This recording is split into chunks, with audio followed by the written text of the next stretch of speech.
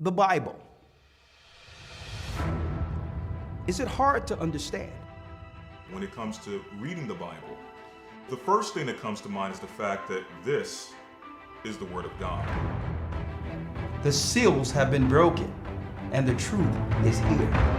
And when we go throughout the scriptures, when we go throughout extra biblical records, we find that the language that God employed, that He used to create the heavens and the earth, was the Hebrew language. Christ said, I came for the lost sheep of the house of Israel. But yet no one, no religious leader, no religious church out there anywhere can now identify the 12 tribes of Israel. Can we? God is quite simple, but it seems as if man makes understanding Him hard. What are those mysteries? The truth of your book and the truth will make you free. The Hebrew and Bible Academy, you're invited.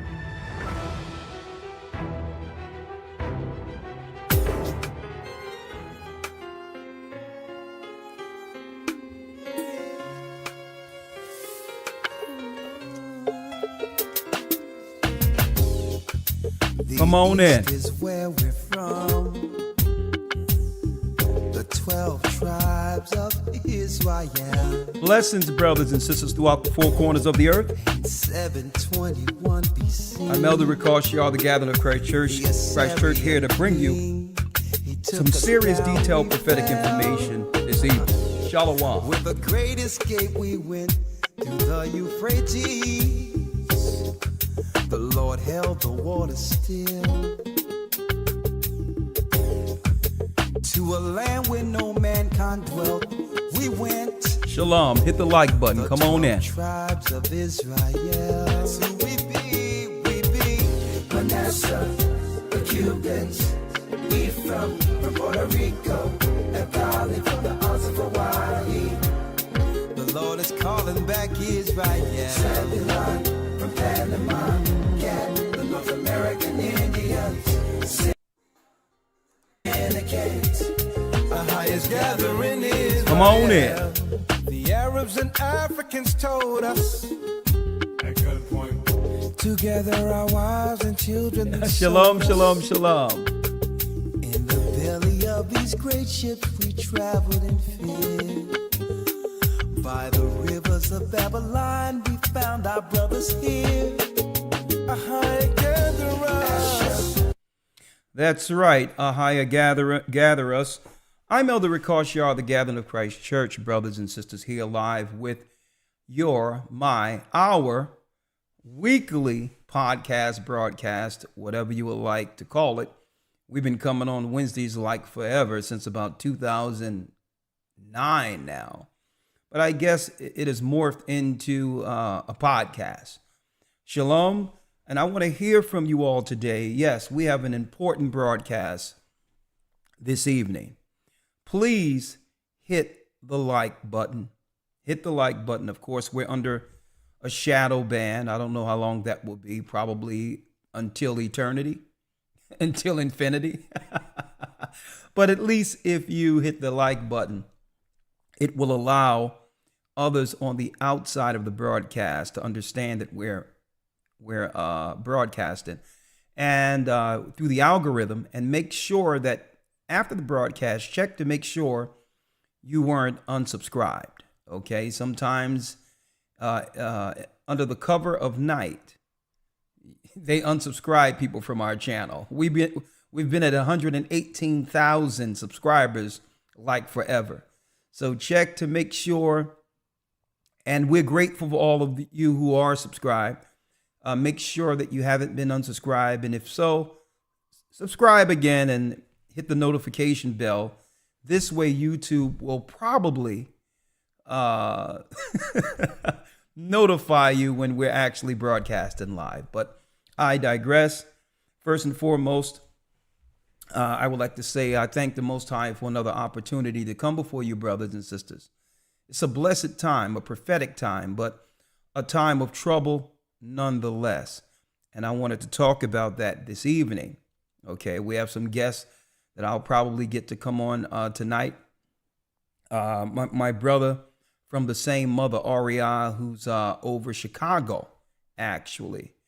I'm going to see if I can call him in and chime in on the so-called migrant issues or the asylum issues over in Chicago. Now, I keep talking about this, but I'm going to give it more context today. And the reason why I'm talking about this is because this migration or asylum seeker thing politically they're putting out there to justify helping others is really a prophetic destruction against the children of Israel. Okay. Prophetic, it's called the desolation. Okay. The desolation of abomination. It's the desolation. It's the world powers under Satan coming against our people. And also on top of that, what they're doing is playing one against the other. And I want to bring it context, folks, today, so that we can get some true understanding and above all, some solutions to get under some level of spiritual hedge. Why? We're living in the times of the end. It's over. So we must also be protected from what's coming. Okay. Everything is not as most people think, folks. This is not by choice that this migration thing is happening right now. Okay. Now, what I was going to call it initially was desolation. Hold on, let me put this back down here. Initially, I was going to call it desolation after the pandemic, because it seems like a lot of things fell right on schedule when things begin to open up. But yet I digress. I want to keep it more so prophetic, but I'm going to show you politically how they're actually hoodwinking people, deceiving people, folks. And they cannot do this, destroy our people, without some level of complicity. What do I mean by that? Some people might ask, well, Elder, what do you mean by some level of complicity? Well, they couldn't do this against us, folks, if it wasn't a segment, a really faction within our people of our community that weren't willing to sell us out and or outright betray us.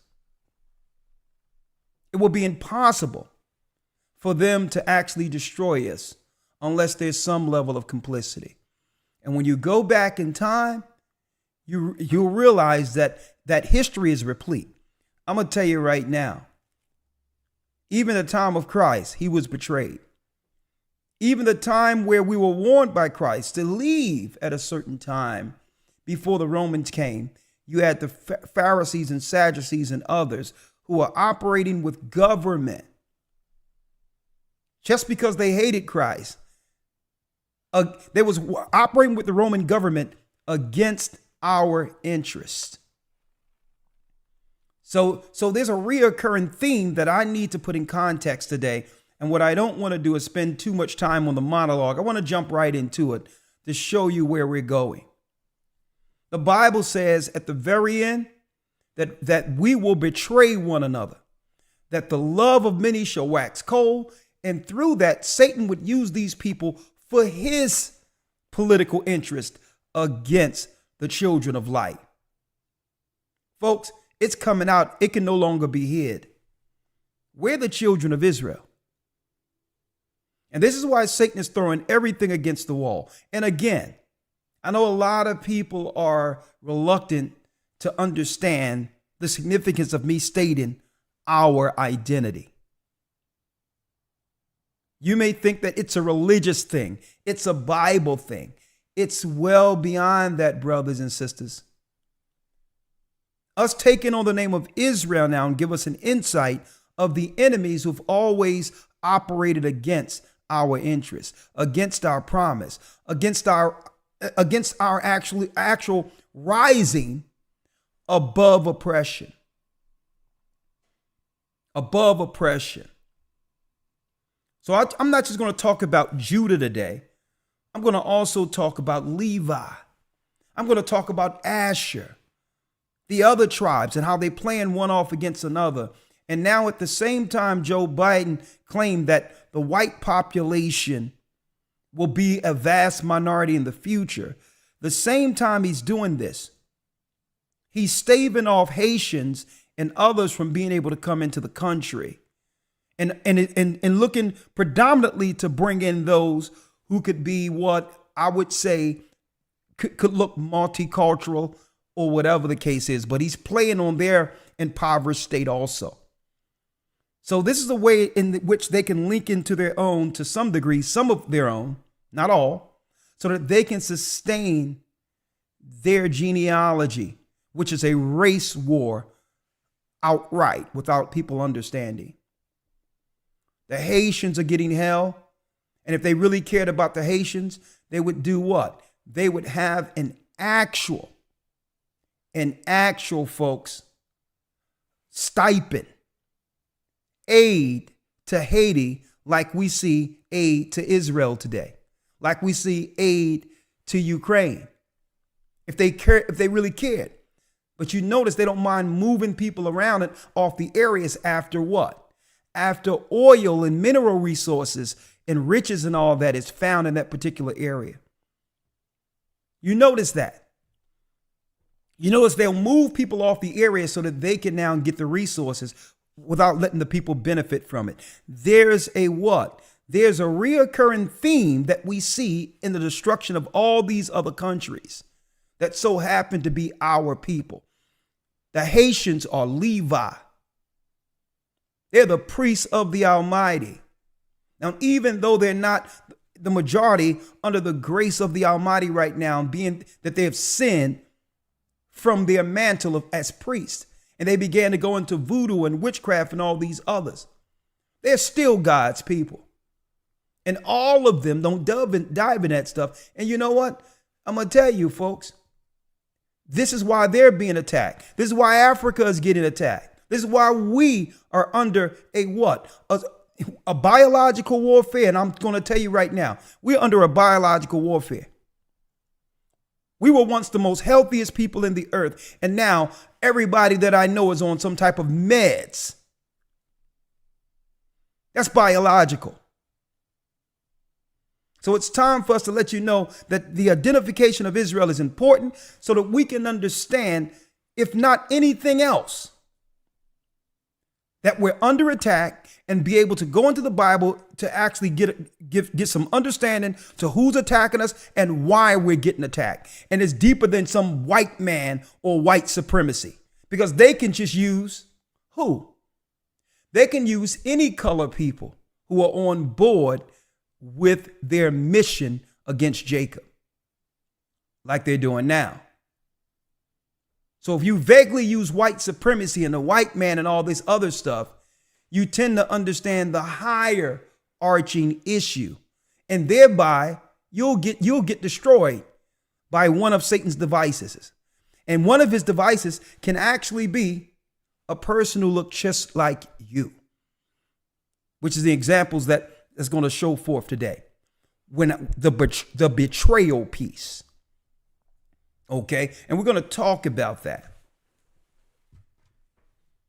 When we talk about those who's coming over from Venezuela, they're from the tribe of Asher.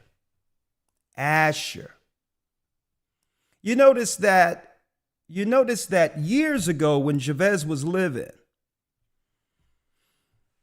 Venezuela was one of the most rich countries on the earth, and their people, high tradition when it comes to being family oriented. Folks, they were one of the serious countries, from South America to be contended with. I mean, they weren't suffering soup lines and inflation and all these other. Let me tell you, the governments even before Chavez took care of their people. Why all of a sudden thousands of them are fleeing away? You know why? Because there was an embargo placed on Venezuela. An embargo that cut them out of being able to trade their most precious resource, which was oil. So there's enough oil that the Venezuelans are living on right now that can make sure that all of their people are straight. But why are they coming in boatloads over here? What is the agreement after Chavez was killed? No one is talking about the fact that the embargo have been lifted now, but it's under a different regime, which means that probably the world powers now have control over those resources that the Venezuelans needed to sustain their people. That's the part no one is talking about. Now, before I go into it, like I said, we have to understand who the children of Israel are to give world politics its proper context. So what we know prophetically about Asher that was shown to Moses. Elder Lawyer, if you will. Are you with me, Elder Lawyer? Yes, sir. Shalom. Shalom, Elder Lawyer. Let me give you a round of applause up in here. Elder Lawyer, without any further of ado, let's identify.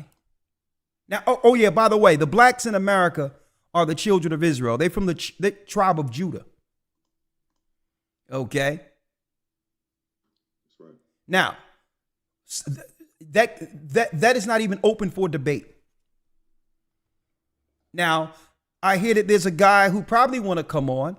He's a Jewish guy, and he's out there, and I think he want to come on the channel. We're going to see if he want to come on, and maybe, we can just discuss the history. And I'm down with it. I'm down for him to show me something and teach me something. If whatever claim he's dealing with is true concerning his history, we'll have a history discussion. I'm not even going to call it debate. Okay? I'll use Torah, which is the first 5 books of Moses. I'll use the Tanakh. Okay? And if he would like, hey, I got a Talmud over there too. We can open that up also. So I'm open for conversation. And soon we're going to have that discussion here. We got our people working on the background to set that up to have what? To have an honest conversation. I'm not making a claim. I'm telling you right now. The blacks in America are from the tribe of Judah. And I have all the history to prove that. And not only do I have the history to prove that, I got a history to prove every ethnicity, what part of Jewry they came into and at what time period in history. Whether you be white, East Indian, Arab, there was even Arabs from the second son of Ishmael who converted into Judaism during the time of Hyrcanus in the late 2nd century. Okay. Well, the mid to late 2nd century. You had Arabs too converting into Judaism. So I'm willing to get that conversation. So I'm not going into the religious conversion conversation of who can be something based on your religious persuasion. I'm not dealing on that.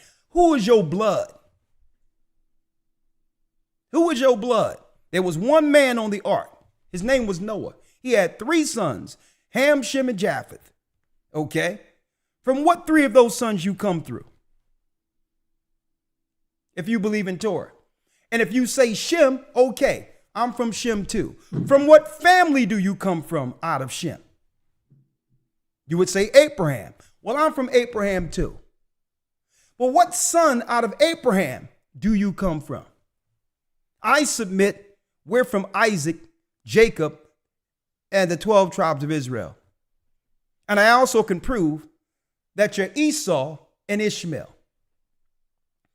So let's put that on the table, because you can believe anything you would like to believe, but I can show you your daddy. And after showing you your daddy, I can show you how you're hiding behind a name that belongs to our people. And we can have an honest discussion so that now that if to get the record straight historically, now we can have an honest discussion on how we should support Israel with this newfound history and information that cannot be refuted. How do you now support us as Israel? And this is the discussion we need to have. So that and more, and I'm sure the guy is going to look at our page and all that, and I'm going to let you, and I'm totally respectful. I don't believe that all white people are bad. I don't believe that white people are the devil and all this other stuff. I believe every individual has a time and chance to do what's right, regardless of your race or religion, whatever the case is. I don't blame you for what your forefathers done or whatever the case is. All right. But if you walk in the veins of your forefather, if you walk in the lane of your forefathers and attack us like your forefathers has done, then you will be under the judgment of the Almighty and our Christ. I'm not here to judge that either. I'm here to set the record straight. We are the children of Israel. And this is why we're suffering as once, just like we were in Egypt. And let me emphasize that. So let's go, Elder Lloyd, let's go to Asher real quick. I got a floating table here. All right. Hold on. And thank you, brothers and sisters, for all your support. You know, I can get things like this floating table you see before you. All right, Elder Lloyd, let's go straight to Asher. Let's jump right into it. Give it Bible context, if you will. Yes, sir. This is Deuteronomy chapter 24 or 33, verse 24. Deuteronomy 33 and 24. Let's read it. And of Asher he said, let Asher be blessed with children. Let Asher be blessed with what? With children. With children. This is the end day prophecies that were given through our forefathers. The Most High said, let Asher be what? Blessed with children. Read. Let him be acceptable to his brethren. Let him be acceptable to the rest of his brethren, the rest of the 12 tribes. And this is why I'm not going to have an axe to grind against our brothers who are suffering and sisters who are suffering under oppression through international policy. That's why I'm not going to allow the enemy to look at the Venezuelans as enemies, because I understood that they're being used like pawns just like everyone else against their own interests, against our interests. So that's why the Bible says, let Asher be blessed with children, and that's why when they come over here, they family oriented first. And this is why they wanted Asher in particular, folks, to come over here. Okay.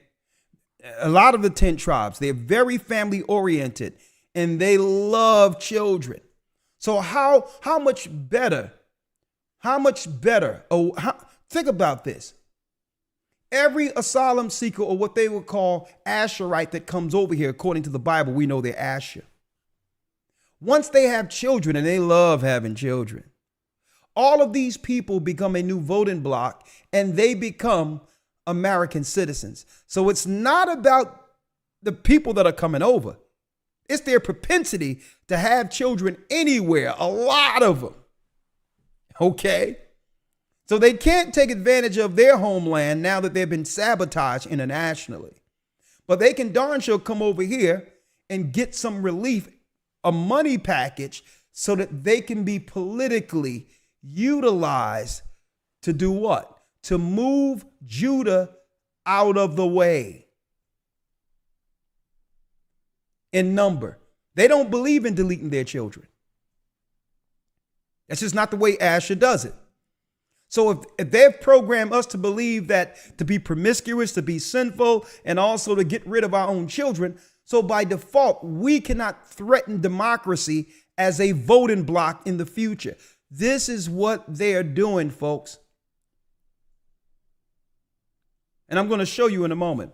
Let him be acceptable to his brethren. And this is why I'm not going to look down on Asher, who's the Venezuelans. Read. How do we know they're Venezuelan?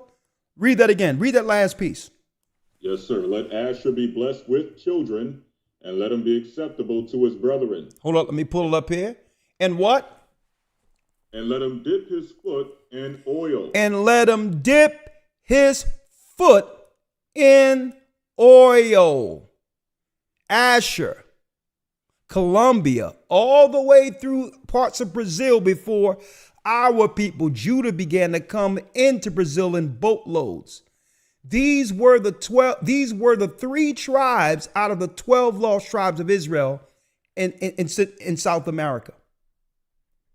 From South America, whom the Romans found over here. And their foot was what? Their foot was known to be dipped in oil. The Most High put them on a what? A precious mineral resource that he understood would be the blood of the blood crude of the industries in the future. Asher, his foot dipped in oil. So there's no business that they should have to flee their own beautiful country that have good weather year round to seek asylum. Something is wrong here. The same thing with Levi. The same thing with Levi, who are the Haitians. You know how beautiful Haiti is? Outside of the systematic, impoverished state they've placed them under. The resources there. That's why the Clinton Foundation is there. And all of that, folks. You know how beautiful Haiti is? And they can't even take advantage of it. They have to flee to have some level of quality of life. So we're going to talk about this because we're talking about Ukraine getting all this. We're talking about Israel getting all this, all these other countries. We're talking about packages that are being billions of dollars given to asylum seekers to actually do what? To leverage off against us because they know we're telling the truth. But what I'm not going to allow them to create enemies amongst the 12 tribes of Israel.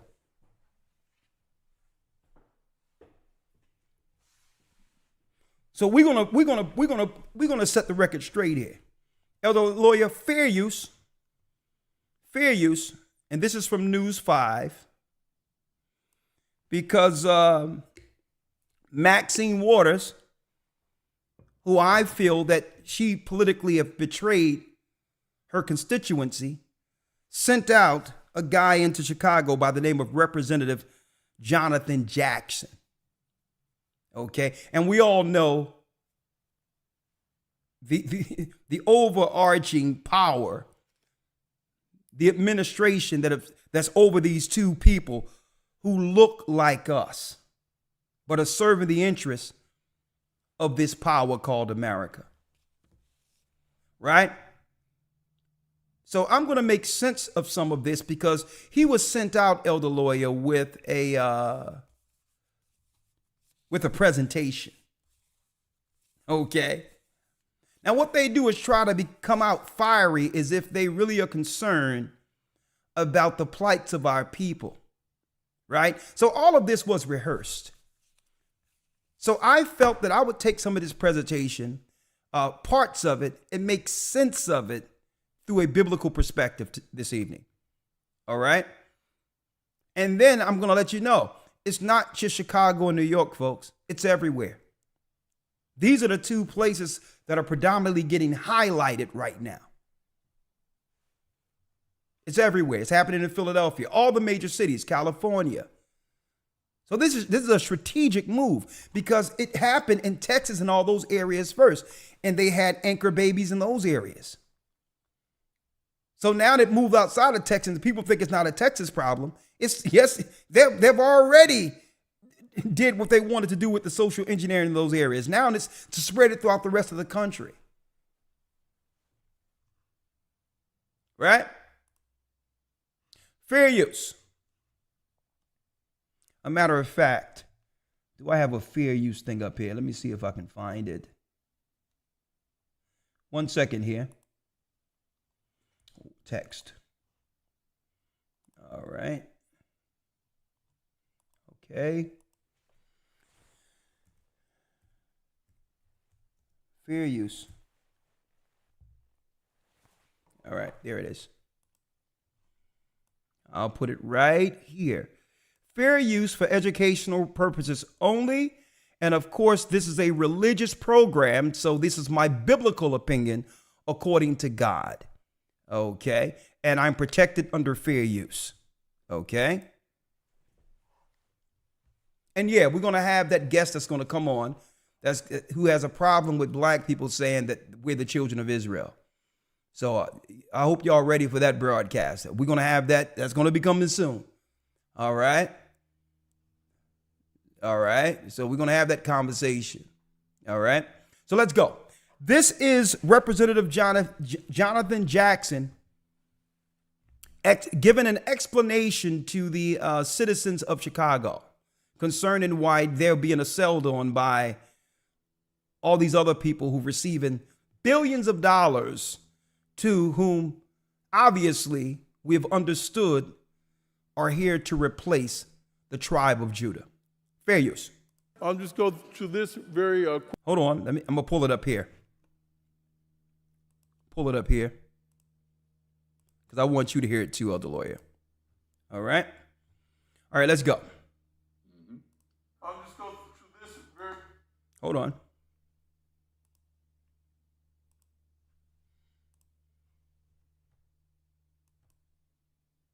I'll just go through this very quickly. The challenges that we're... Hold on. Easy. So here we go. He's talking about the challenges. Look, now watch they start talking to us like we are a bunch of children here. All right? Disrespecting us. And I wonder, so many people have benefited from our civil rights movement, be it white women as minorities. You have white women that's as minorities now. Of course, you have Jews who are minorities. You have Asians who claim to be minorities. You have East Indians who claim to be minorities, Elder Lawyer. Right? You have gays who claim to be minorities. Why aren't any of them coming out to sound against these political agendas against us?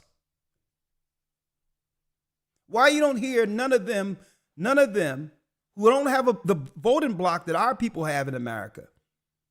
Why don't you hear them coming out defending our survival, our self-preservation through this migrant, this so-called asylum seeking migrant policy? I'm just curious. We stomp for everyone else that's out there in their cause.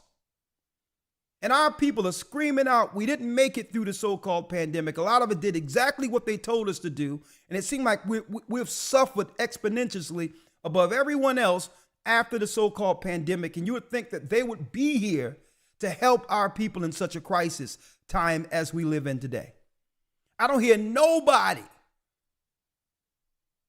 speaking for us as a minority. Do y'all notice that? And that's a cautionary tale, folks. You got to stop stomping for everyone else when we're between the crosshairs and suffering, everyone is what? Silent.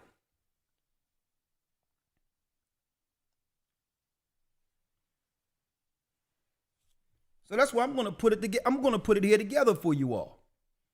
This is my religious belief here. That they're doing this because they know we're the children of Israel at the end of desolation and are politically seeking to actually, folks, snuff us out politically. Do it in a way in which it isn't frontal. You know Esau is the cunning hunter, right? He would very well allow you to fall into your own snare.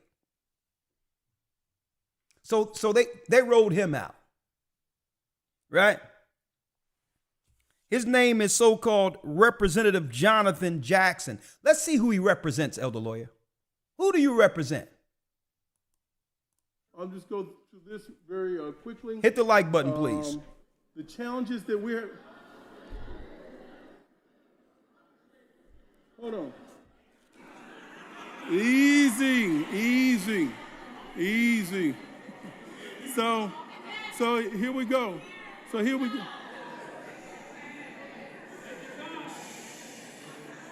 Look at your neighbor and say, neighbor. It's going to work out. What's happening in Chicago right now in the migrant crisis? We're looking at warehouses being used, police stations, schools, libraries, all of these different places. I want to give you a bit of a background on how do we get to this point and where the federal government is and what's happening in Chicago. So this will be a deep dive. I'm not a flyby, and I can sit here and talk with you all night long. So This is what you got me here for, so I'm available. I'm not running. Okay. Where are the migrants coming from in this wave? The migrants in large part are coming from Venezuela. What's happened in Venezuela? The United States, after the President Hugo Chavez came to power almost 15 years ago, he has since has died. He was a socialist and was doing a lot of economic reforms. There was a backlash against his government by the United States. So we started doing an embargo, blocking his oil sales. Then from there, we started blocking his oil sales. So don't forget, the Most High blessed Asher with his foot dipping in oil so that that can benefit their people. See? Just like the Arabs, Ishmael, the oil resources they're sitting on and living on benefits their people. So now there was an embargo, true. So isn't this, Elder Lawyer, an international issue? Right? Right. If this is an international crisis, that for whatever political reason, because the people shouldn't have to suffer because the Western world powers had an issue with Chavez. Why didn't you care about the Venezuelans then, before a change of regime? Why didn't you just make sure that they can benefit from their own oil resources? So how can you make us believe you care about the Venezuelans now? Just putting that out there, just a question. Let's go. So how did it become an American's taxpayers issue? Right? Fair use. the sanctions under the Trump administration. So Elder Lawyer, so it's Trump's fault. See? You see how they passed the ball? See? I told you. Here they go. They got their talking heads. They got their patsies coming out to now play hot potato.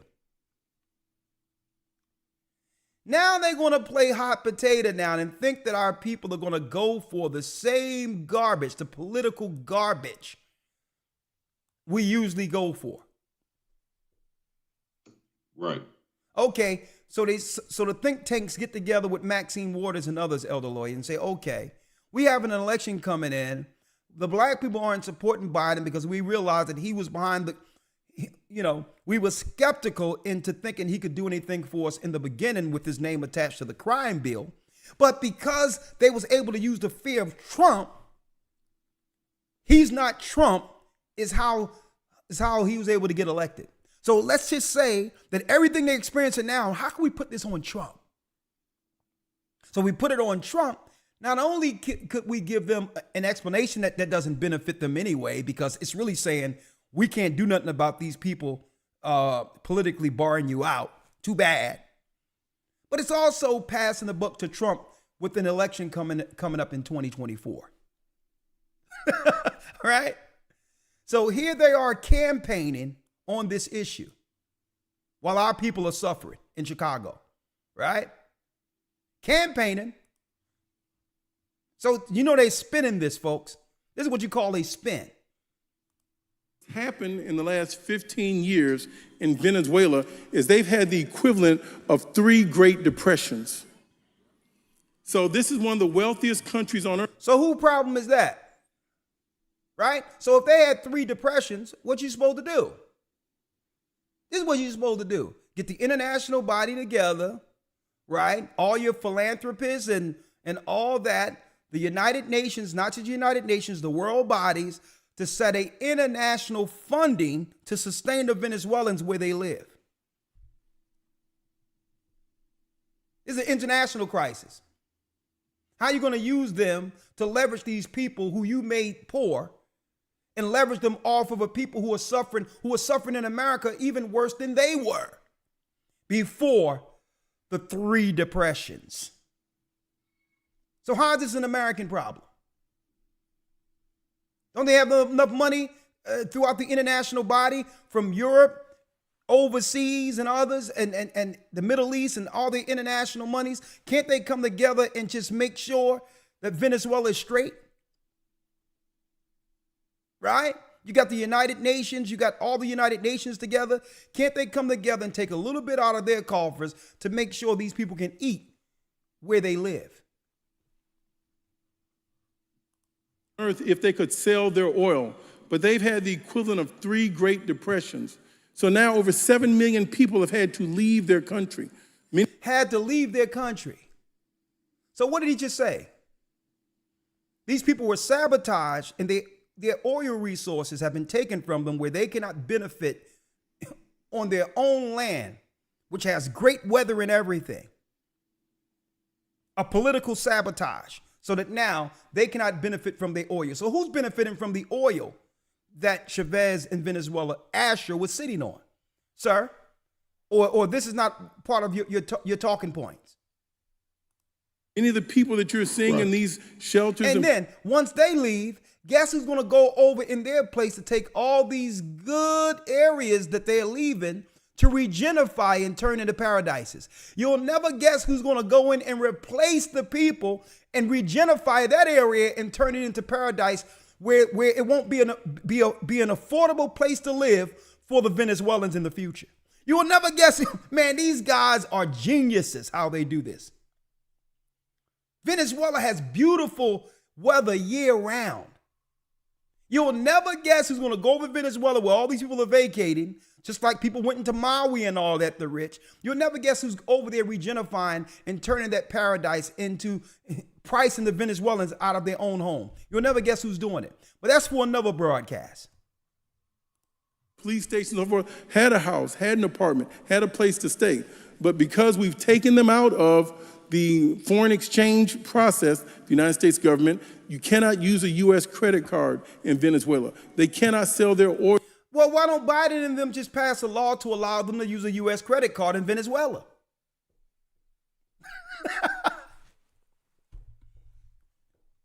All right. I mean, you know, I'm not politically savvy like that. I would never think to run for office with these crooks and criminals operating the world, these countries. But all in all, I just came up with a solution. You think he didn't know that? Why don't you allow them to use a credit card from America in Venezuela instead of allowing these people to come over into these tough terrains, threatening their lives to get into another country? Oil to the United States. They have suffered 3 Great Depressions. And because we're the only country in the region and in the world that has a problem with Venezuela, they want to leave. And in turn, the bordering countries end up welcoming them and transporting them to the next city, all the way to the Mexican border. So from Caracas, Venezuela to Chicago, Illinois is 2,499 miles. You can walk to Caracas, Venezuela. You can drive to Caracas, Venezuela. You can bicycle. Okay, this is him just you know, this is just jargon at this point. All right, let's get to it, man. We have on eggs and milk. They started having 75 and 100 and 200% inflation. So, inflation like we've had since this administration, where now the poor in our community can't afford eggs, milk, and all these others. Oh, you mean to tell me they're doing in our inner cities to us what they did to Venezuelans? So that's what we're experiencing right now under the Biden administration? People could no longer eat there, and now the imports resume, eventually increasing to 153,000 barrels of crude oil a day. They had been totally shut down. President Biden, 3 weeks ago, lifted some of the sanctions so they could start selling oil. Okay, so why are they coming over then? So you mean to tell me, listen, I'm willing to put something on the fact that probably America can now benefit from that oil after Chavez's death. So if they can sell oil, what's the issue here? Why are they sleeping in federal buildings and the police stations and all that right now, if now you can sell oil? Why don't you give the money that belongs to Asher through their mineral resources and oil, why don't you give it to the so-called asylum seekers in their country while they're in their country? See, these guys can't even bring a correct explanation that'll hold. Okay, so Biden made it where they can sell oil now. Okay, well, give the money to those people and have them live in their countries. If you ask them, they would sure rather have their money there in that beautiful country than what? To be sleeping on a cold sidewalk in Chicago. Okay, where the weather during the winter is seriously intolerable. So fewer people would be leaving. Why do we have to deal with this? Because there are over 400,000 people from Colombia and up the Pan American Highway that are trying to get here. So this is only the beginning of the wave. You heard that, folks? He's letting them know. I know I'm here to explain it to you like as if I'm on your side, but I'm here to betray you. This is just the beginning. You think this is something. See, what he don't know that once they're done with him, he get thrown in the pool with everyone else that they're seeking to destroy. That's what he don't understand. He think he's safe. See? So because they can't roll out their normal politicians, they rolling out this guy, right? We're going to talk about it a little bit more. In Venezuela, highly dependent on fossil fuel, the sanctions have contributed to their economic hardship, and their inflation rate has been hovering at around 300%. Fair use. That is why people have had to leave the country. And by the way, the Venezuelans are from the tribe of Asher, the lost tribes of Israel. To come here. The impact on the city of Chicago and our region specifically has created more social unrest. There's been a disruption of public services.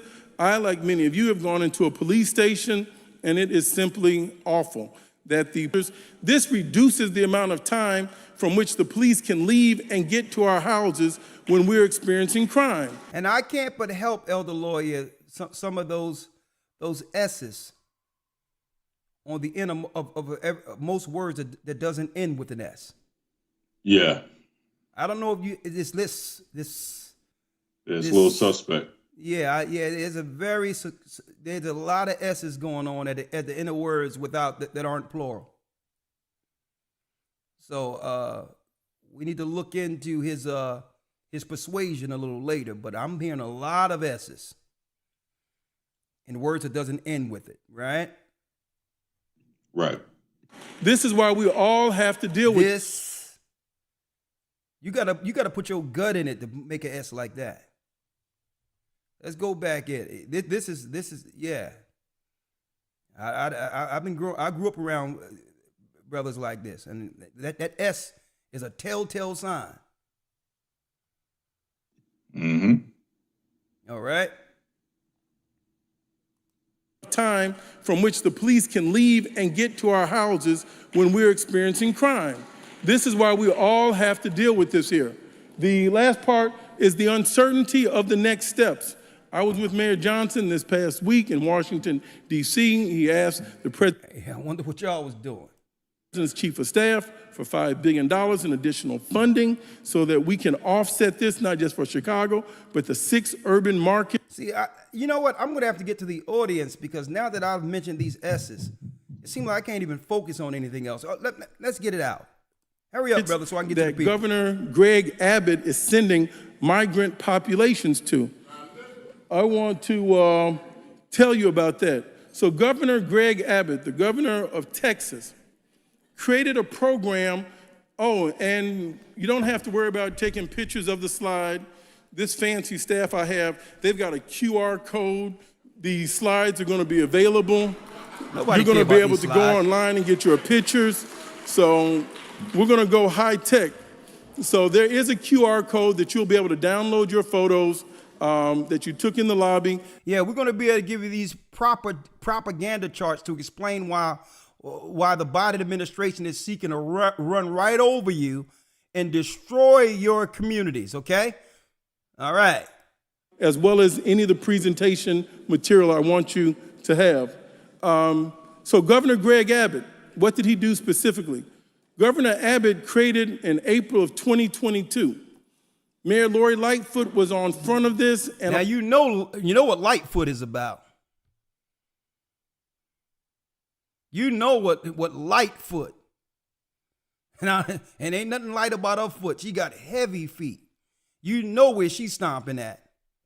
There's no men in sight there. And you got to check out the dynamics of the people they have representing us. Right? On top of it, she started trying to combat the wave that what Mr. Abbott was doing. He created Operation Lone Star. And the purpose of that... Don't try to put it on the Texans because they was tired of it happening where they were. And it was systematic to throw the hot potato around so that eventually the same plan for Texas and California and Arizona would spread throughout the rest of the United States. Let's not play games. The Democrats and Republicans are behind this. All right. Now, let's hear how the people, Elder Lawyer, is responding. Right. Okay. Let's go straight to the people because he want to talk about homelessness of people that American policy as well as international policy. He want to talk about the homelessness of the people they made homeless. So I don't want to waste time with this, right? Let's get down to the numbers now. Right? So now check out how his pandering begins as if he care about our people. Look at this. Check it out. Here we go. We're going to get in the meat of it. And our home values on average are 2/3. So now he's telling us what we know already. Housing disparities. Black individuals in Chicago have 2 times the foreclosure rates as whites. Why? Could it be that a lot of our jobs, like contractors and others, are now being given to black and brown people outside of the black people who built the country? Because they're willing to do it for cheaper labor? Could that be it? That black men in particular are being barred out of the employment sector of the world, and if there's any other job, you'd rather give it to our sisters than have a brother get it? Right? The only men they're giving anything are men who identify with the intersexuality thing. So I'm sure he doesn't have this problem as a black individual who has his house foreclosed on twice the rate as white people. Black homes in Chicago have appreciated of 2/3 of the city average. Black communities in Chicago have the largest population losses, right? So now he's pandering. But brothers and sisters, just so I can get to the audience now, what isn't he saying right here? Folks, politically, and he know, and they're on board with this. This is the answer to the high crime rate in Chicago. To phase our people out of existence. But they're not telling you that's the overarching plan to stop crime. He can't outright say that we gave the community an opportunity time and time again not to deal with black on black crime, even though it was systematic, because how can our brothers who can't afford anything get access to what they would call high expensive assault weapons when they can't even afford to get out of their own homes. They can't even afford to leave their homes. So how are they getting access to all these weapons? So now here's the pandering. Unless someone or something or some organizations are giving them access to the weapons. Right? So what they're not saying, folks, this is the answer to the black crime. This is the answer. I'm going to show you the answer. One moment. And they think our people are stupid. I'm so proud of some of the brothers and sisters who were here, who spoke up in this meeting, because they thought they was going to say this, and this presentation was going to satisfy the people like it would normally do under an election cycle or something, and people would go home and just bear it. That's what they thought. But something is different is going on with our people now. real close to 3/5 of a human, huh? It's 2/3 the value of the citywide average. This is a problem. It is a problem. It's a created problem. You notice he's not coming with any solution. He's just telling us what's evident, right? He's just speaking what's evident, right? So let's get to our people, because our people are going to cut through this garbage. This brother right here, Elder Lawyer, I had to grab this. And this is why they don't want brothers in high political positions. This is where they got compromised brothers who aren't like the strong men of old in representative positions. People who would just go on with the program. Check this out, Elder Lawyer. Because they closed the elementary schools. Let me start. NPR reported from August of last year to December of this year, they will spend $252 million on the migrants. $252 million. 17,000 migrants come into this city, and just in Chicago. If we just break that in half and they become families, you got 8,500 families. Hispanics have 3.5 children. I'm submitting to you, in one generation, just one generation, the black vote will be null. They will have an additional 24,000 people on the voting rolls, along with the Hispanic population already here. They're playing chess, and you all are playing checkers. You are damning our youth, our next generation, to poverty by you all doing these political speeches. One generation, our youth, our vote will be null in all of these 6 sanctuary cities. And what are you going to do about that? Y'all heard that? See, I wanted to play it all the way out, Elder Lawyer, right? And I'm going to break it down now, so that these numbers don't go over anyone's head. Right? Listen to this, folks. Why are they willing to pay all of this taxpayer money towards this particular political initiative? They're telling us because they care about the poor Venezuelans. But these Venezuelans would be happy if this amount of money was just sent to them in Venezuela. Do you know how much money we're giving each individual family that's coming over the border? You know how much the dollar is worth in Venezuela and what they can do with that money? If you were to just give that money to them there, but guess what? It doesn't fit their political interest to give them the money over there. Why? Because their interest is to leverage them against us. That's what makes the money worth it for them. So I'm going to break it down one at a time, because a lot of our people aren't politically savvy. But if they cared about the people, they would give them the same amount of money they're giving them, the Ukrainians. And y'all giving the money to Ukraine for the Ukrainians who are living in Ukraine right now? And the American dollar is worth a good amount in Ukraine right now. So why couldn't you just give that money to them over there, with the dollar being worth so much in their country opposed to it being worth nothing here in America, really? Because it wouldn't be worth it for them, folks, because their targets are us.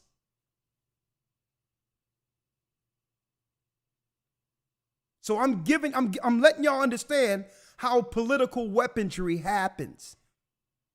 That's why he says they're playing chess, you're playing checkers.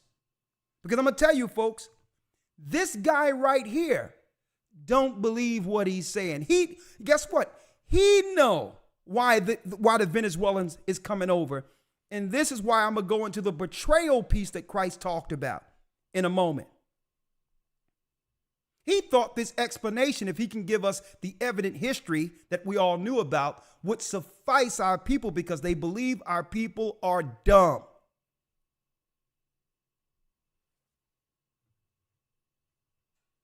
Let's break it down. Elementary schools.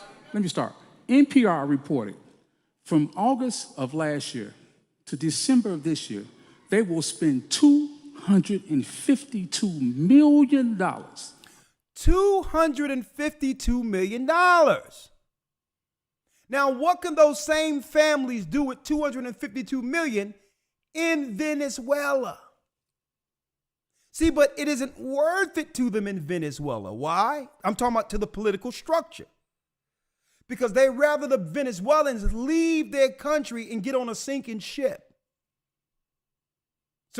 And they can leverage them off against their enemy, the tribe of Judah, who's speaking out against the powers that be in the world today. And on top of that, they can now get access to that oil the Venezuelans are gladly walking off of, that beautiful land, and get access to those resources and regenify the whole area, which is worth trillions, billions, if not trillions of dollars once they're finished with it.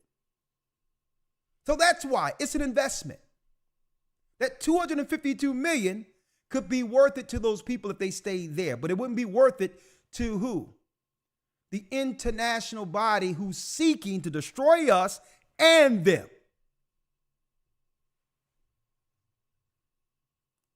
On the migrants. $252 million. Hit the like button. 17. Hold up. Hit the like button for me, folks. Hit the like button. We are about, let's see. We are about, y'all doing a great job, but y'all doing great. Y'all doing great, but we are about 1,000 likes down. If you haven't hit the like, hit it for me real quick. Fair use. 17,000 migrants come into this city, and just in Chicago. If we just break that in half and they become families, you got 8,500 families. Hispanics have 3.5 children. I'm submitting to you, in one generation, just one generation, the black vote will be null. And this is the point, folks. We're actually asking for what every other group asks for. We're asking for interest specifically for us, and they can't have that. See, when an Asian gets in position, their constituency are agents. So they pass policy that will affect their own people positively. When Asians get in office, they're not looking to pass legislation that would actually be in our interest. So the other people aren't a part of no black and brown coalition. That's the garbage they sell you. When an East Indian get in position, they're passing policy that would actually positively impact their people. For the first time in American history, our people are asking for something specifically for us, and they can't do it, folks. They can't do it. For the first time. So because we're asking for something, they're saying, well, okay, let's replace them. Let's shut the world down. Let's do a reset. All of a sudden, the whole earth gets sick. And when we open it up, we'll finish what that couldn't finish. Okay? And think about it. The same people that are behind the asylum seekers and what they call the migration crisis, who were behind it, they were behind pushing the cough in 2020 and 21. Same people. Right? Fair use. Fair use. They will have an additional 24,000 people on the voting rolls, along with the Hispanic population. And that's why your schools are shut down. That's why your schools are shut down, because they don't have no intentions to open those schools up for our people anymore. It's over. Because they don't see us in the foreseeable future as a majority voting bloc like we are now in these inner cities. So there's no need for them to do anything for us. See? Already here. They're playing chess, and you all are playing checkers. And that's what the brother's wrong right there. He's playing chess right along with the administrations who have sent them out here. The guy he just came there for word salad. Okay? To calm the mob. That's all he's there for, to calm the mob.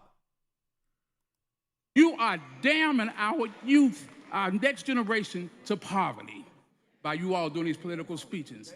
One generation, our youth, our vote will be null in all of these 6 sanctuary cities. And what are you going to do about that?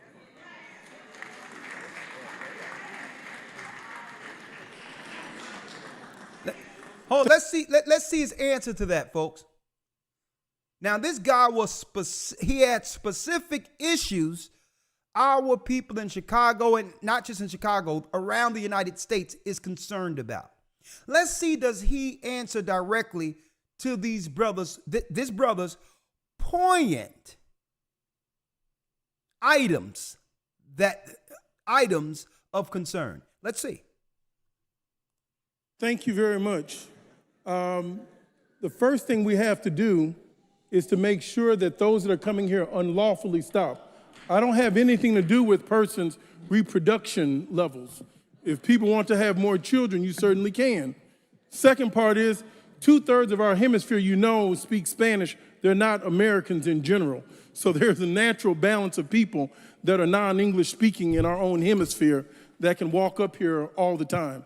The third part that we have to be very much concerned about is we can't lose our land and be moved off of it because of government policy. I am focused on the housing issues because the housing and the jobs is what keeps us as residents of this district and in the residents of the Illinois. The first stat I threw out to you was 200,000 people, African Americans, have moved off our land in the first 2 decades. That's a federal issue. That's why I work with Congresswoman Maxine Waters. That's why we've introduced with the Congress. Okay, is that why you all came together and say, let's give these people reparations? So obviously they've identified the issue, and just like they identified the issues of Ukrainians, Israel, and every other place, they put $1 behind it. So are you saying after identifying these issues that you're ready to give reparations to the people, Judah, the descendants of slaves, the foundational Black Americans who are from the tribe of Judah, like you've done these other groups? Is that what you're saying? National Black Caucus to have additional funding to make sure we have housing. I can't hear you, sir. What'd he say? He can't hear what? Give him the mic. I'm sorry, he didn't hear me or what? Oh. I'm sorry, I can't hear you, sir. Get a brother the microphone. Sir, if you can come back to the mic, because what we will do, Congressman, is we will have Let's let him finish his question, then we'll get back. You have not addressed the issue. Okay, I'm sorry. Wait a minute. You danced all around it. Okay. You did not give any specific solutions on what you want to do. Anybody can stop having children. No, thank you. Let me finish, my brother. Let me ask you. Can you help me with the solution you'd like to see me do? Surely, I can help you with the solution. I can give you I give you one simple answer. Send them back. That's the only solution. That's it. Now listen, that was simple, wasn't it? Now, y'all need to check out this guy right here, folks, because you're looking at the person who's running around with the microphone. These are the people who are really running the show, right? This is the type of guy who will tell the brother on the stage, when the mics are off and when the camera's off, you go and sit down somewhere. This guy right here. This guy right here is the real man, right? Other than that, they will start. That guy walking around the audience will tell everyone up on this stage, y'all, time out, okay? Go look in a corner and you stay there for 10 minutes, and you better stay there for 10 minutes, okay? All these people up here, they talk down on us, but that guy in the audience, he'll tell them time out, go look in the corner for 10 minutes, and you better not move your feet. Okay? You, sir. Sir, if you can come back to the mic, is what we will do, Congressman, is we will have Let's let him finish his question, then we'll get back. You have not addressed the issue. Okay, I'm sorry. Wait a minute. You danced all around it. Okay. You did not give any specific solutions on what you want to do. Anybody can stop Okay, having children. no, thank you. Let me finish, my brother. Let me ask you. Can you help me with the solution you'd like to see me do? Surely, I can help you with the solution. I can give you I give you one simple answer. Send them back. That's the only solution. That's it. Other than that, they will surpass us. It is math. It's simple math. They will overtake us in numbers at the rate that they have kids. They cannot be U.S. citizens. Fair use. You are dooming our next generation to subservitude. Oh, you heard him, Elder Lawyer? You're dooming our next generation to subservitude. That would make us perpetual slaves.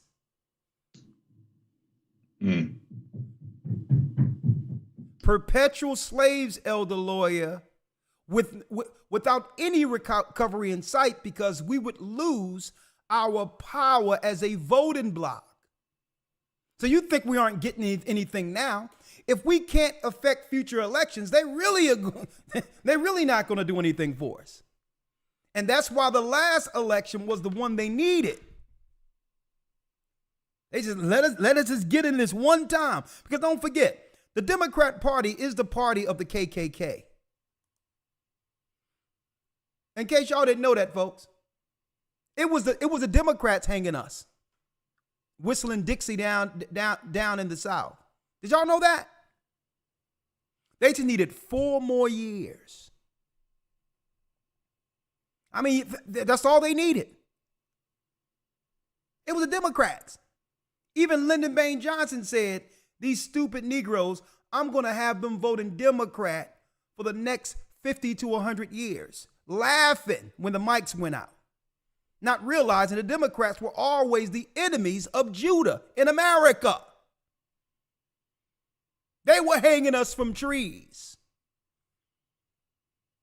So what better way to do it than to take off the sheets and pass policy where we would be, out of all the people, even though we are the minority of all the people of the white, compared to the white man, that they would have 20 million of our children be deleted before birth as a legislation. You think the KKK and Sheets could have did it any better than that? Than to pass legislation? Or think about it. Why hang people from trees? When we can pass legislation and make it a right where they can actually get rid of their own children. That would be a cold-blooded KKK move, wouldn't it? I need y'all to think about that, folks. That's a KKK move. Let's pass legislation and feminism and everything else and make it where they can't stand each other. The KKK would have done that.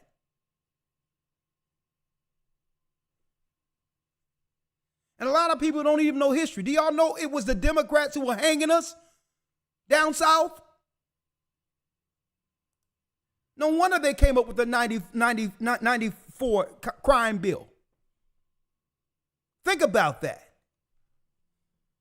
And then I'm going to show you, Elder Lawyer, I'm going to tell you how they make fun of us and laugh behind closed doors when the camera's off. Elder Lawyer, not to say that we're down with Trump, right?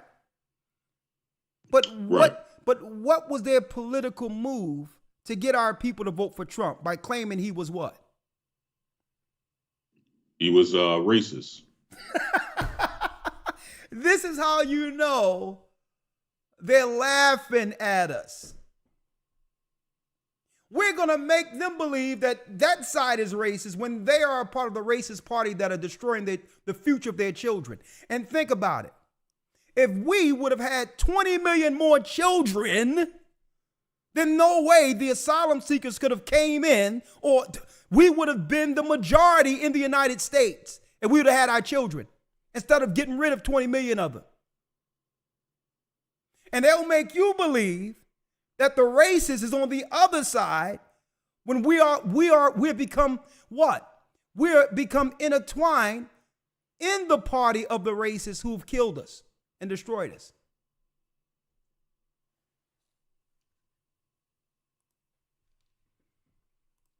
telling you this. Okay. It's just simple math. I know, but That's it. It's simple math. I'm very good at math. Let me share something with you. Most of the persons that are trying. Let me hear him all the way through, other lawyer, because I'm sure they want to hear him all the way through. This guy right here doesn't represent anything for our people, okay? And Christ warned us about guys like this, and the woman sitting next to him, okay? Sir, if you can come back to the mic, because what we will do, Congressman, is we will have Let's let him finish his question, then we'll get back. You have not addressed the issue. Okay, I'm sorry. Wait a minute. You danced all around it. Okay. You did not give any specific solutions on what you want to do. Anybody can stop having children. No, thank you. Let me finish, my brother. Let me ask you. Can you help me with the solution you'd like to see me do? Surely, I can help you with the solution. I can give you I give you one simple answer. Send them back. That's the only solution. That's it. Other than that, they will surpass us. It is math. It's simple math. They will overtake us in numbers at the rate that they have kids. They cannot be U.S. citizens. You are dooming our next generation to subservitude. I'm telling you this. Okay. It's just simple math. I know, but that's it. It's simple math. I'm very good at math. Let me share something with you. Most of the persons that are here right now, under the technical definition, do not qualify for asylum. I'm not concerned about that. I'm concerned about the children that they have. They will be U.S. citizens, and they will have a voting block. All we have to do now is look at the Hispanic voting block they have now. They get everything they want. Look at our communities. You should see the schools that they have as compared to the schools that our children attend. It is simple math. Count. That's all you have to do. Okay, thank you. One generation. Thank you, sir. And I'm glad the brother worked that out, folks, and laid it out like that. Because you know what we're under, folks? We're under a political genocide. He said you should see the schools that their people are in. So it's not even about the people coming over. According to the scriptures, Asher has children, and they know it. And the children will lock them in. That's why they don't care whether or not these people are sleeping on the street initially. They just need them to have babies because that justifies them under the social programs within the United States now. They've had an American citizen. So the social programs that was once for our people will now be transferred to that family. Are you following me? They don't care if the people are sleeping on sidewalks and stuff right now. Under the cover of night in those tents, guess what? Those people are getting busy. I wouldn't be surprised if this guy standing right here, I wouldn't be surprised if this guy right here isn't personally going to the tents. Personally going to the tents with R. Kelly's song and making sure it's played throughout all the tents, Your Body's Calling Me. Okay? They want these children. Okay?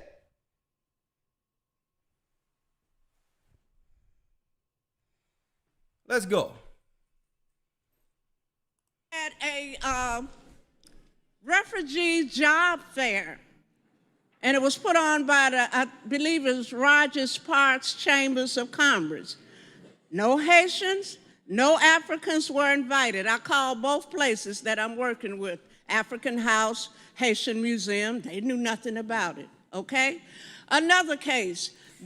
They're not allowing in number African and or Haitian migrants like they were before. So their choice in who they claim are suffering and need assistance. Our people are suffering in Haiti and Africa. Why didn't you put the money there? You always talk about we got malaria, Ebola, and all that other stuff y'all be claiming. And guess what? When we don't see no sign of it there at all, when we're in Africa. But since you claim that this is the issues, why didn't you send the money to Africa instead of trying to always send something to solve some of these so-called sicknesses? They are going to, according to the University of Chicago. I attended a luncheon last week, and they had a representative there, a doctor, I can't pronounce her name. She's in mental health. Well, they are training Spanish-speaking, non-professional people to come in and help the Venezuelan Spanish-speaking people with trauma. Well, the whole thing, ma'am, maybe you can, somebody make sure she find the channel A Gathering 144. Ma'am, I'm going to answer that for you. Biden says they have a population issue as far as Caucasians in America. And they want to make sure that the people come over, they can find some people who look like them so that they can have babies who look like them. Haitians and Africans don't fit the bill. Okay? All right? So that's that. They need some people who they can, when they look at their children, they can see their grandparents in their children. They can't do that with Haitians. Okay? They can't do that with Africans. All right? So I answered that for you. As if the African and Haitian people are not experiencing trauma. So I emailed her and told her that we would be very happy to be a part of that program to send our people there. I have not heard from her yet. And you're not going to hear from her, okay? And you won't hear from her. She says, listen, I know some people that look like me that need some money. And guess what, folks? This is Maxine Waters and others, people who look like us. You would expect her to call back her own constituency and say, yeah, there's something else going on with that. We do got some money for Haitians and those of the diaspora in Africa. She said, what? She was waiting next to the phone. She was waiting. Let's see what happened. So I emailed her and told her that we would be very happy to be a part of that program to send our people there. I have not heard from her yet. So bottom line, without me going through some other stuff that you all don't even want to hear, Yeah, they want to hear it. They just want to hear it so that you can let off steam as they seek to destroy you and your family, once you leave out there. All right? Now, right here, this woman holding the microphone right here, she's another one who would tell the people on the stage, you go sit down somewhere. Okay? We just using you to talk to your people. Once the mic off, she's going to let them know. Go sit down. All right? We want to be fair so other people can ask the questions. No, I want to be fair. Okay. But maybe I can talk to you on the personal side. There Absolutely. needs to be more open lines of communication into the Haitian Museum of Chicago and to the African organization. It should be open up. If you're helping migrants, immigrants, or whatever. Hey, by the time, let me tell you, Umar Johnson will open a Pan-African school before she get a phone call back, okay? The whole African con game is done. It's over. They're not supporting us, our people no more. We know now.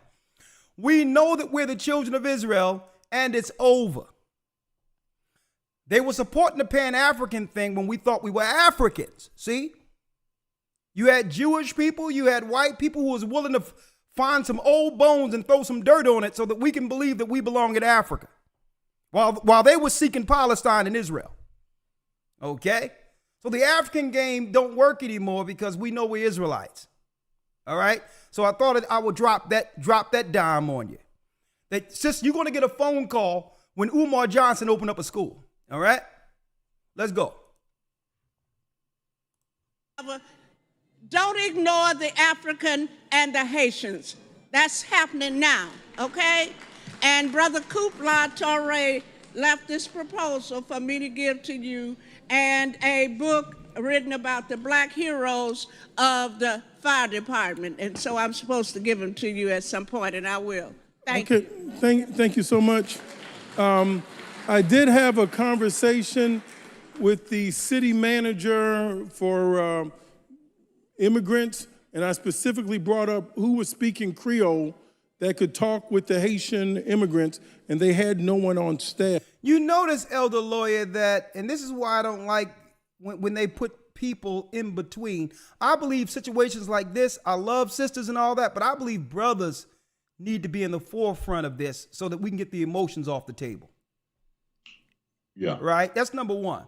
Number two, all due respect, she pointed out some good things, but now this guy can go into his pandering about what he's going to do for Haitians when he never answered directly the brother who spoke before this woman, when he said, send them back. Now, Right. he didn't say, Elder Lawyer, send them back without support. Notice that. Mm-hmm. So it's not as if he's against these people. Take that $220 million and let them know if we can fly them back and they can have that $220 million there where they can invest in their own properties and all that. And you know how much money that is in Venezuela? $220 million for those families. Mm-hmm. They would break their neck getting on buses or planes to get back home to spend $220 million American. So he didn't say send them back without help. Take the $220 million and let them go back home with it. Right. But do you notice the brother didn't answer him at all? Because that doesn't fit Satan's political agenda to destroy Judah in America. Yeah, And I think, just a speaking- quick point, I think there should be a, Hold on, let me put you on. Go ahead. yeah, I think there should be a common understanding when these types of meetings take place, even though other people may have other concerns and other points they want to bring. When someone brings valid points that need to be answered, it should be a common thing to say, well, we're not going to further scatter or further confuse this argument or bring other issues on the table that, again, may be valid. We're not going to present those things until you bring a valid answer to the first person who brought valid points to the table that seriously need to be answered. And that's a good point. Because you notice, imagine if they would have been able to do this during the time of the civil rights movement with Martin Luther King. Right? Where Martin Luther King would speak for the whole to say exactly what's needed. And then they would go to another person out of nowhere who's talking about her gout. Right. Right. Right? Who talk, who just talking about, I got sore knees. Nah. Everyone knew it was what? It was a unified front with one representation so that the message doesn't get distorted or deflected or misdirected. Right. So once she heard the brother say that, she should have said, well, listen, I got a point, but can y'all answer his question to why you all cannot send these people back? Mm-hmm. Take the money that y'all have because you already got the money, but you know what? They cannot send them back because all of these so-called organizations, this is where the money is siphoned through for the programs, be it the nurses and all these others. People are making hands over fists with this particular policy of asylum seekers. Right. If you don't mind, I got just two quick scriptures on that point. All right, let's do it. Yes, sir. Ecclesiastes in the Bible, 5:1. Okay, 1 second.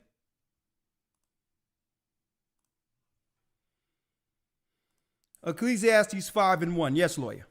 Yes, sir. And obviously, this is not a house of God that they're speaking in, but this principle can still be applied.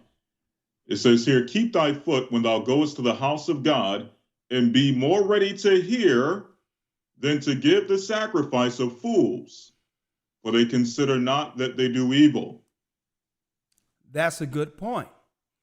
Now, before I get the next scripture, keep thy foot, which means there should have been a unified meeting with our people before this particular thing to say, here's the points on the table that we will not divert from. Mm-hmm. Here's who's going to represent us. And we're going to have it. He's going to have bullet points. I'd have had that brother with all the bullet points and concerns as far as I would say concerns of importance under a bullet point profile to let everyone know, okay, let me get your concerns. Let me get that. Let me get that. Let me get all the concerns together and put it according to priority on bullet points and say, listen, all of these are going to be addressed in this order. Are we all together? And so if they ask any questions, everyone united would have said, we've spoken together and this brother is going to convey all of our concerns. They would immediately shut that thing down. But keep thy foot when thou goest to the house of God, and be more ready to hear than to give the sacrifice of fools, for they consider not that they do evil, because these people mean well. And Elder Lawyer, I'm going to show you the straight disrespect for our men. You notice he ignored the poignant, logical question with solution, because he asked, well, what is your solution? And it was given. You notice he ignored that and immediately went to a different topic altogether or concern so that he could ignore that. You notice that? Exactly. What's the next scripture, Elder Lawyer? The next one is in the Apocrypha, Sirach 32 and 7. I'm going to take this down to verse 9. Sirach 32. Hold on. He said 7, right? Great. Hit the like button for us, folks. Let's read it. Sirach 32 and 7. Speak, young man, if there be need of thee, and yet scarcely when thou art twice asked. Let thy speech be short, comprehending much in few words. Be as one that knoweth, and yet holdeth his tongue. So just because you know it doesn't mean you have to say it all the time. So once that brother began to spill, I'm like, listen, I'm not as gifted as this man is to deliver our concerns. I need to get behind this man's concerns. And by default, once that solution is had, it rectifies my concerns. So why should I say anything unless I just want to be heard too? Right. So they'll use this wanting to be heard or the need to be heard, folks. They'll use that just so that people can blow off steam, but still there'll be no solution behind it. So that means at one point we have to become more cogent on how we deliver our political interests if you're going to utilize the political system. If you're not unified, because I'm going to tell you, when gay people go out for whatever they're talking about, there's one voice when they're together. They don't need too many people speaking. Y'all notice that? When Asians go out, there's one person speaking with a unified front because they've already discussed what they wanted as far as policy goes.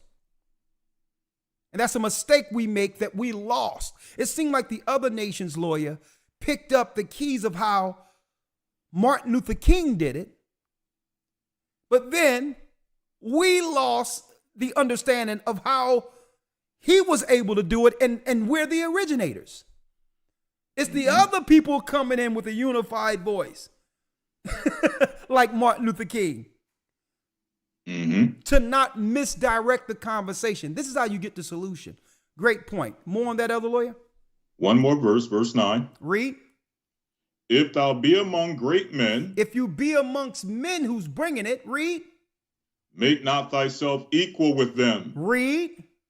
And when ancient men are in place, use not many words. So you got a man who did the research with the numbers. At that point, the whole place was to be shut down until this man, that bald brother, everything was supposed to be shut down until he got the answer for us all. That's how it should have went down. See? But we're politically scattered all over the place. And see, Elder Lawyer, and they did this intentionally, this multiculturalism thing, so that we wouldn't be unified in instances like this when our people are actually exhibiting a political or actually experiencing, a political genocide. That's exactly what it is. So what did they do? If you flood the zone with our brothers all over the place with different political agendas and don't let us know where it won, then Haitians are only going to speak for Haitians. Africans are only going to speak for Africans. Mexicans are only speak for Mexicans. See what I'm saying? And now, what? All these different interests drown out the reason that they're actually there. Right? They're just filling up space without being unified and saying, well, listen, all of our interests can be made right now or can be resolved if we get behind this one brother point right here. Because if they go back, it's all good, right? Exactly. Anything else, other lawyer? Great points. No, sir. Okay, let's speed this up. Let's go back because we're going to show you how the streets are talking about handling this. Creole. This is a concern. This is a concern that I do have. And let's follow up. So, ladies and gentlemen, we're going to get to everyone. I ask that if you could make it. On the light-skinned Spanish-speaking immigrants, and they're not focused on the black immigrants. And you know what? I listened to this sister. Don't forget, I had the whole video earlier. I had it playing, and I made sure I downloaded it. Right, elder lawyer? I love the fact that this sister speaking, and this is why I love the fact that there is some high-level intellects amongst our people, intellectuals. Mm-hmm. I just like the way she was able to deliver this calmly, intellectually, as a well-spoken representative of our people. Right? Because sometimes they notice, elder lawyer, they shifted from the men and went to the women so that they can get more so an emotional, I would say, response when it comes to concerns. They wanted emotional concerns so that they can say, I feel what you're saying. Because they understand women are more about how they feel, and that's right. That's natural for them. So you notice they went from solution to, let me speak to the women who I can now deflect by telling her, I hear what she's saying. I care. I hear you. The stuff that used to work years ago. But this sister right here, she ain't dealing with none of that. Listen to this. Well-spoken sister. She's from Levi too. The Haitians are from the tribe of Levi, by the way. They're Israelites also. Week, we had 30 families. We needed to translate in Creole, how to apply for asylum, how to get phones, how to get tablets. Very articulate. We don't have any support from the city. We don't have any support from the federal government. These are just volunteers that I was able to recruit in order to get to do this work. We had the general manager of the Hyatt that was willing to give us space. We had it's called the Dirty Laundry. It's a black-owned business in Hyde Park that was willing to give those immigrants an opportunity to clean their clothes. So when people are very upset and they're speaking, I want you to be cognizant of the fact that it's not just these light-skinned Spanish, which are black descendants, but light-skinned Spanish people. There are immigrants like my parents who come from Haiti, okay? I'm first generation. There's a lot of us here in Illinois. There's a lot of us that have been supporting the Jackson family for years, and we already know that your father supports us. But I want you to remember us because we do need you to take that title to transfer the interference that the United States government has had in the country of Haiti so that we can stay home. Don't nobody want to be in no 30-degree weather when we got 80-degree weather in Haiti. You heard that, elder lawyer? So it isn't as if this is something these Haitians, they don't want to leave their land. It's beautiful there. They want a better quality of life on the land they live on. Okay, their country. They don't want to go through this. She says, listen, you think I want to be here in the cold Chicago and right down it's 80 degrees over in Haiti? But guess what, folks? Guess what else they found over in Haiti not too long ago, folks?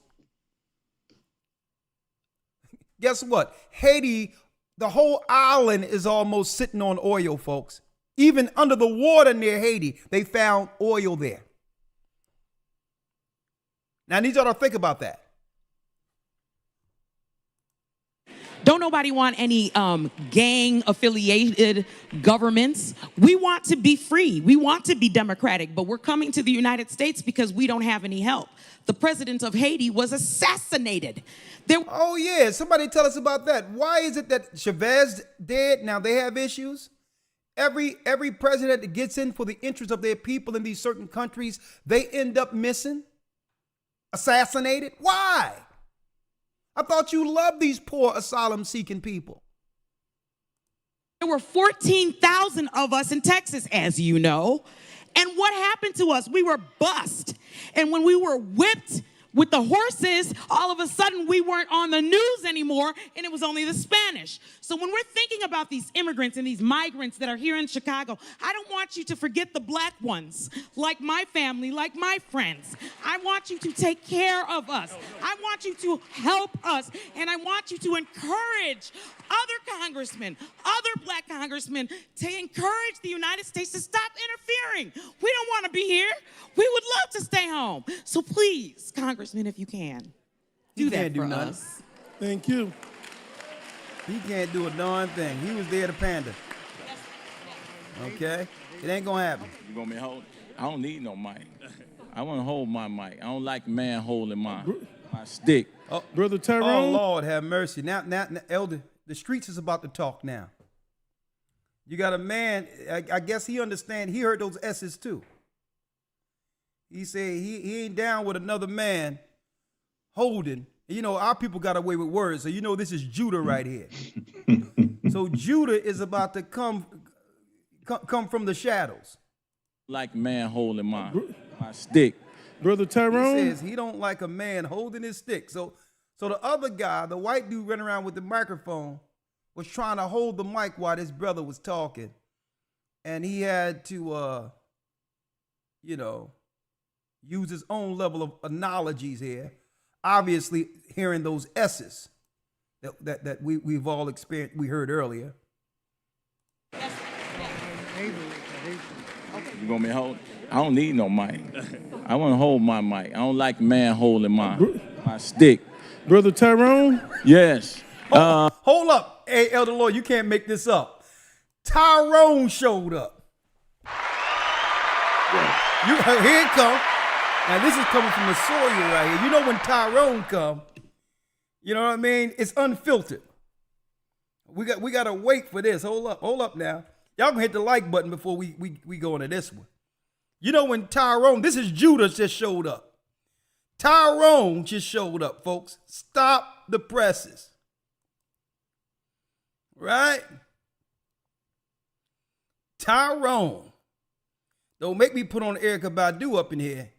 Let me tell you right now, when Tyrone come, that's a showstopper. Folks, the children of Israel just entered the building. Oh, shucks, Elder Lawyer. He made a grand entry. Hold up. He made a grand entry, all right? Take care of us. I want you to help us, and I want you to encourage other congressmen, other black congressmen, to blow this up. Encourage the United States to stop interfering. We don't want to be here. We would love to stay home. So please, Congressman, if you can. Here come Judah. Do that for us. Okay, sister, we heard you. It's time for you to slide over. Slide over.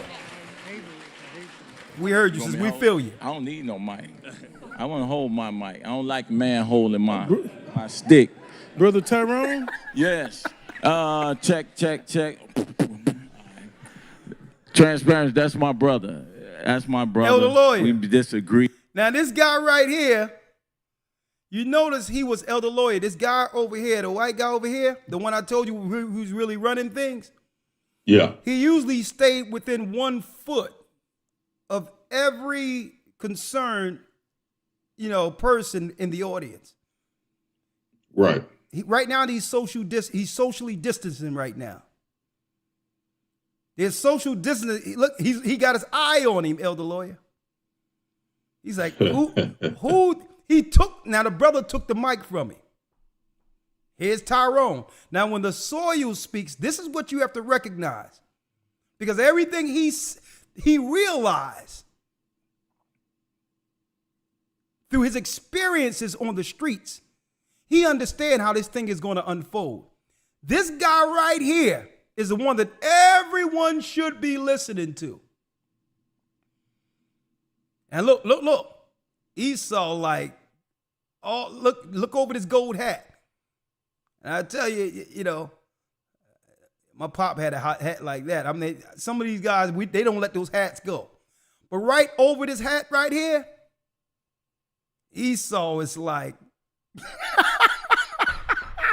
woo! Oh, no. You better not touch him either, Esau. Tyrone is an experience in of himself. He's something that you've never experienced before. Okay? Tyrone, let's do it.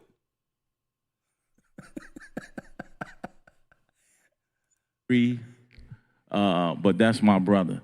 I just want to say, anyway, what the sister said, I don't give a damn about no Joe Biden. So if that lady want to pass out something about that, that's her free will. Y'all can't be forcing democracy on people.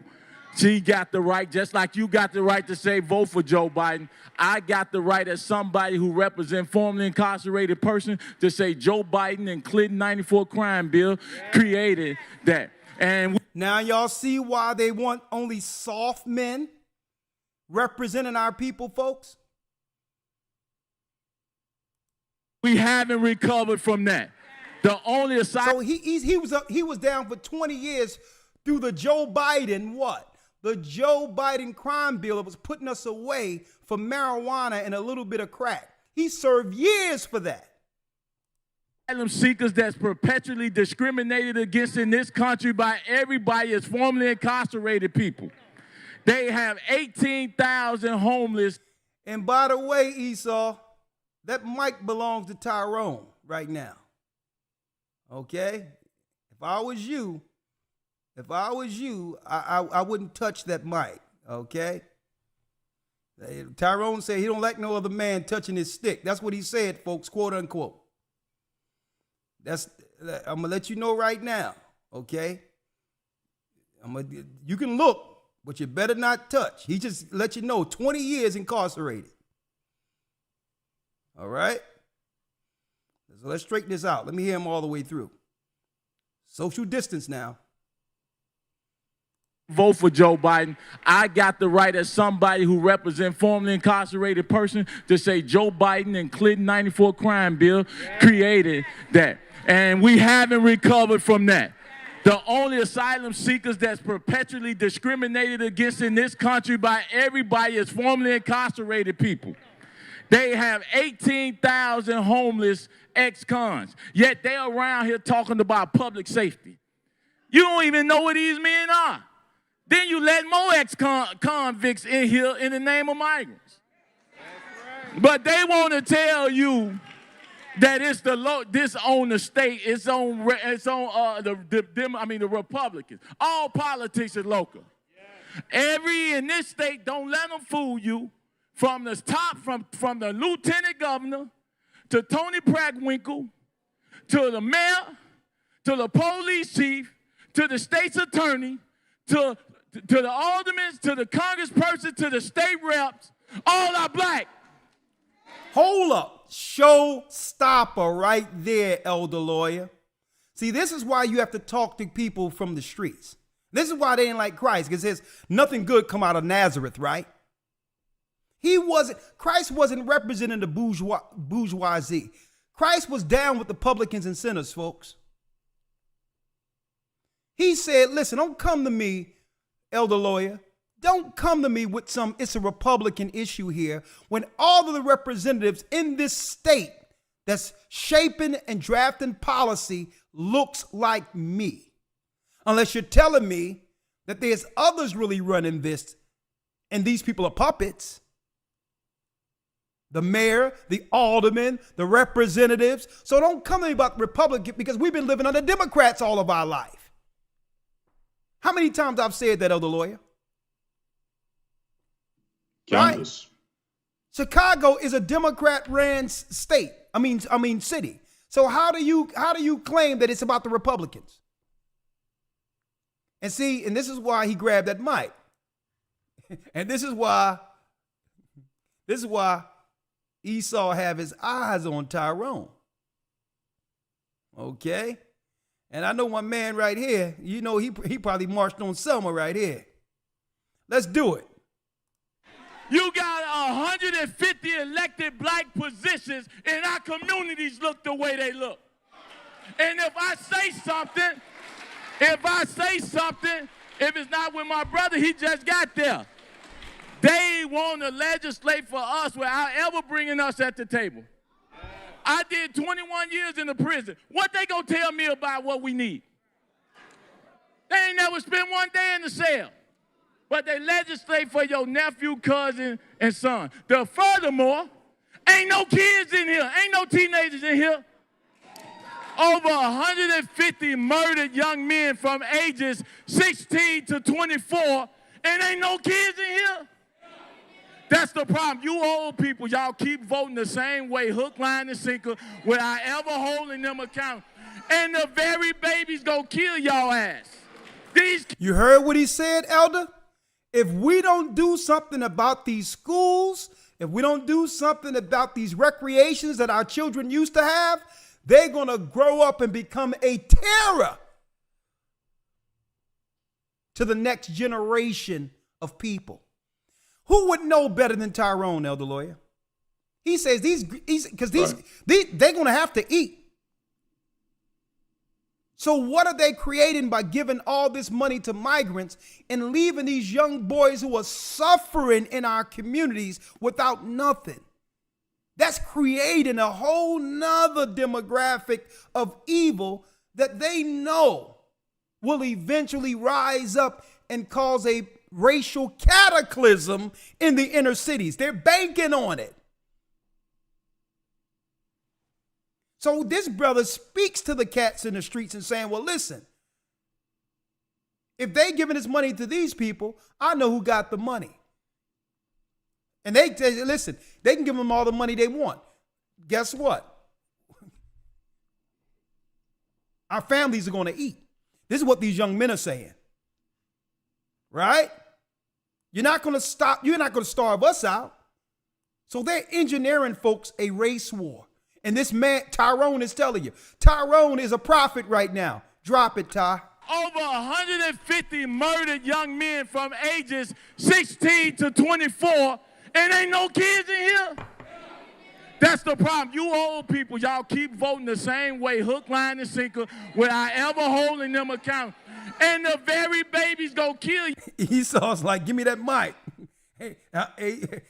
Hey, brother, Esau.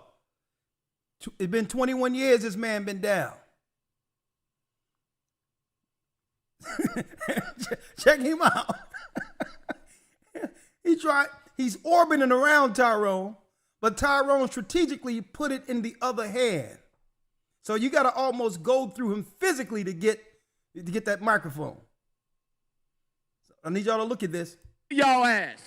These kids are these little wolves. Hey, ain't nothing else nobody saying no more important than this. Hey, wrap your ass. Ain't nothing nobody saying more important than this. I'm tired of y'all playing games with these babies. These babies gonna start driving y'all, but they already doing it. They gonna kill you. I think y'all getting carjacked now. 60% unemployment rate for 18 to 24, and you got money for migrants. Whoa! 60% unemployment, Elder Lloyd. He said, but yet y'all got money for migrants. So what is the street saying? They can get the money to the migrants, but that money really belongs to us. That's what the streets are saying. Now, if we got to go, this is what they're saying. If they got to go through the migrants to get their money, these young boys will. Tyrone is speaking for the streets. So what the streets are saying, Elder Lawyer, you can give the money to them, but that's our money. And if we have to go through them to get the money, that's what they're saying. Tyrone, they will. I'm headed all the way through. Nobody's saying more important than this. I'm tired of y'all playing games with these babies. These babies gonna start driving y'all, but they already doing it. They gonna kill you. I think y'all getting carjacked now. 60% unemployment rate for 18 to 24, and you got money for migrants. They're not hiring our young men anymore, Elder Lawyer. They'd rather hire our sisters for jobs our brothers used to do so that they can what? So they can actually bar us out of being able to financially grow as men. They'd rather give it to the migrants, and if there are some jobs, they'd rather give it to sisters. 60% of unemployment in Chicago for our young men. Schools are being shut down. And guess what? All of this is due to what? A Democrat-run KKK city. Hey, y'all, I'm telling y'all, stop letting these people run fast. It's a game being played, bro. Ain't no way. And how we got guns, how we got extended clips, 100-round drums, Glock 6, cocaine, heroin, and the weed, 99% of all dispensaries are owned by white men. Y'all got to be out y'all damn mind. We should be marching in Washington. We should be crushing them. They shouldn't even be allowed in our neighborhood. That's what's finna happen. He says, how do we got all these guns and it's white people running all the drug dispensaries? And he just spent 20 years probably for the drugs under the Biden law. He says, so how do we conveniently have all these guns for these young men and no jobs? What do you think they're funding the community, our men, with guns for? Put two and two together. Tyrone did. You can't give them jobs, but you give them guns. And on top of guns, now Tyrone, no, he probably have seen them.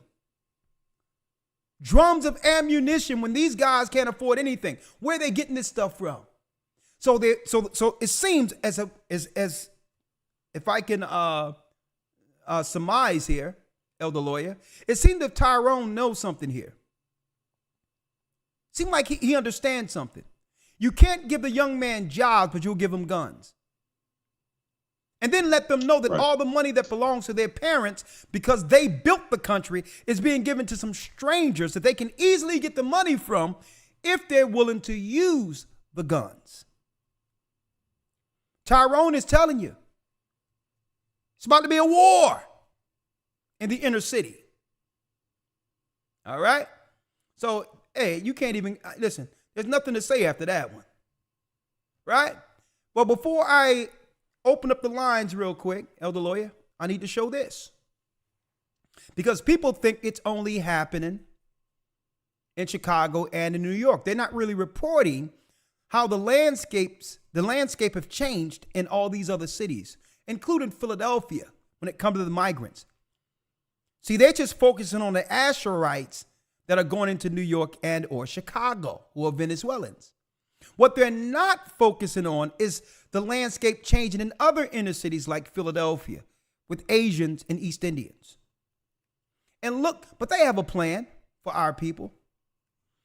Last week, we reported about the sisters who are getting evicted at an alarming rate. And these were the sisters who voted in Biden, who thought that he would have their back. Brothers aren't going for it. We know who they are. Check out what Philly is considering, Elder.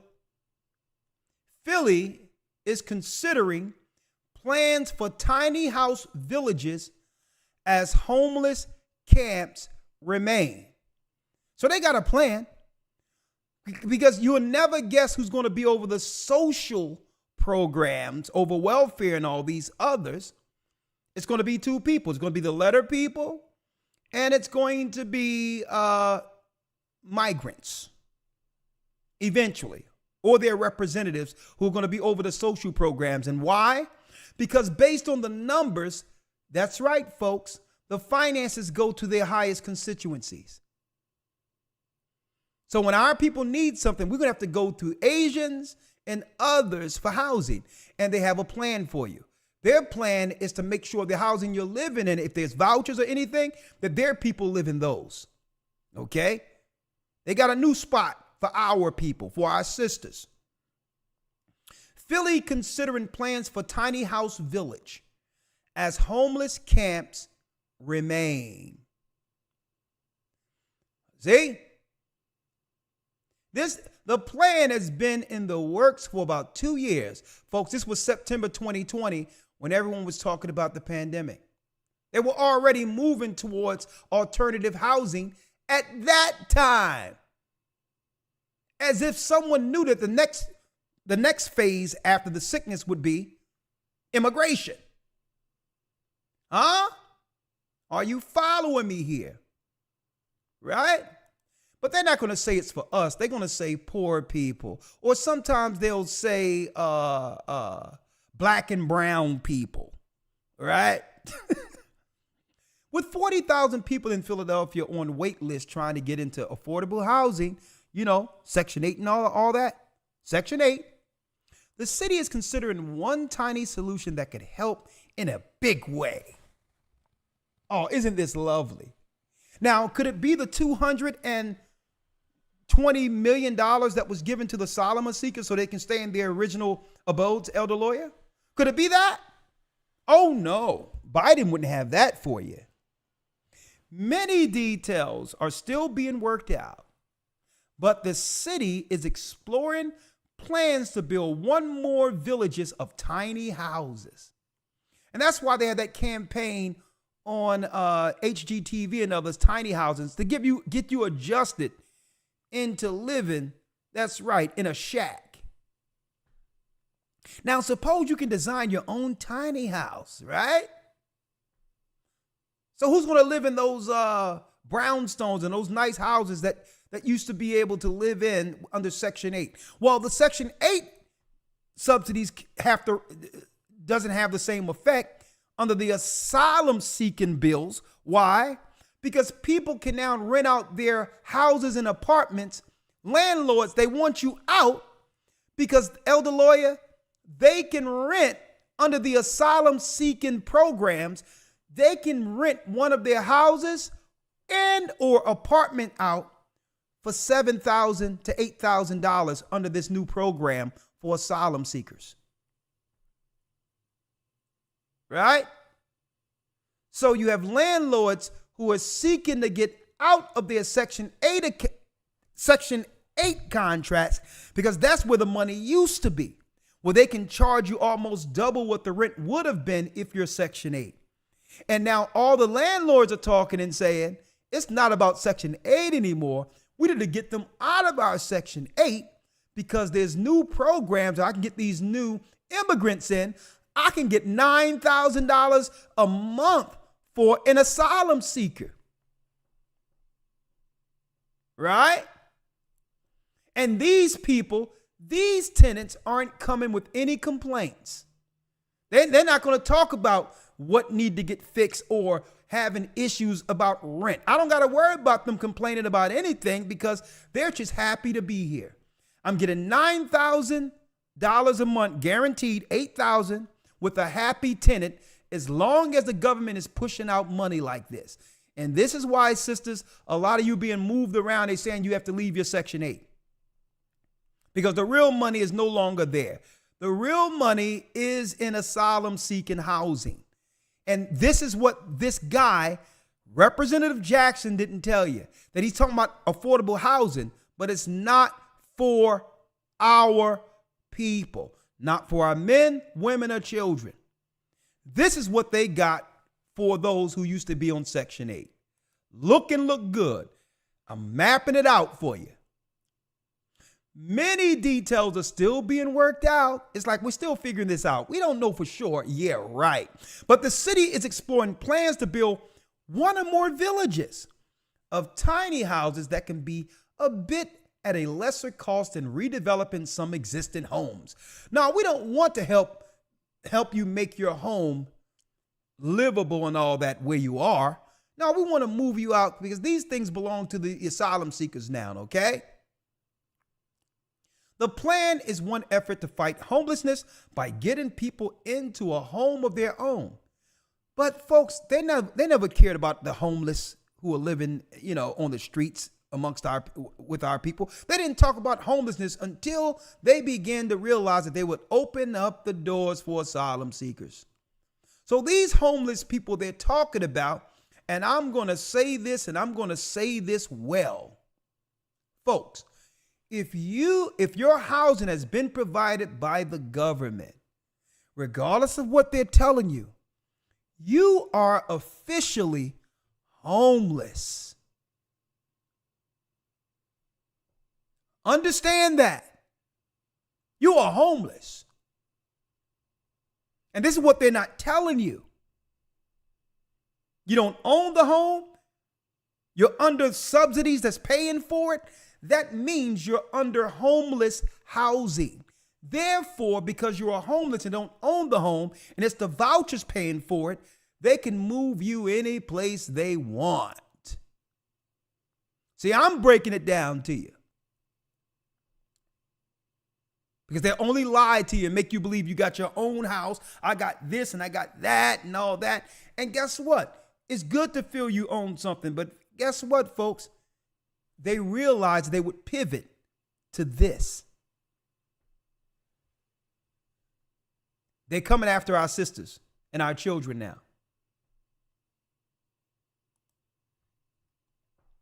Mayor Jim Kenney. I wonder what persuasion is he? And other leaders have mentioned tiny houses once placed in 2021 should alleviate some concerns of people in 3 homeless camps around the city. Now, they're telling you homeless camps, folks, but I did the research on this. Folks, this is the wave of the future. Philadelphia Housing Authority. I know. I lived in Philadelphia Housing Authority. We grew up living in the Philadelphia. We know what Philadelphia Housing Authority is. So they're going to start making you believe it's about the camps and all that, because they don't want to alarm our people that these new camps, these new housing controlled cities that will control communities that will be heavily policed are for black people. They don't want to tell you this.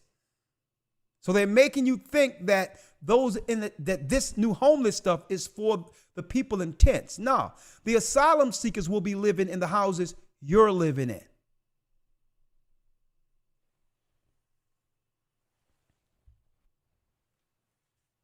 All right. Elder Lawyer.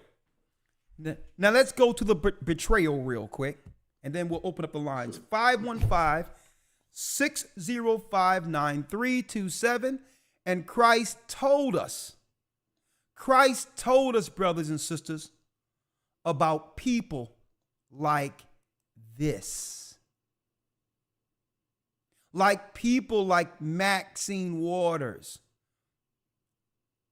People who would lie to you and say that, well, we need to put more money into education, having us believe it's educating our children. When really it's about having them siphon money to these programs that are helping their taskmasters continue in a position to lie and or betray us. So when they say education and put more money, HCBUs and black universities and others, they're not, the HBCUs, guess what? The gates are tore down, the place, rats infested. It's the worst colleges on earth. Our people don't even want to play sports in these places. So there's no money going through there. They're using that money, I believe, to siphon, to actually go into people like this. And it's a two-edged sword, because then it makes it where at your most impressionable time of your life, that by the time you are an adult, you become a debt slave and owe the government and all of that before you have an opportunity to make a dime. To make you a debt slave. So they'll peddle these things as if these things are benefiting us, when these are the people these colleges are producing. Enemies of God and enemies of God's people. Not once did he come up with a solution throughout this whole 31 minutes that would ease the concerns of a people who he claimed was his constituents, those who actually put him in office, and he never said a thing about how he's going to help our people who's suffering.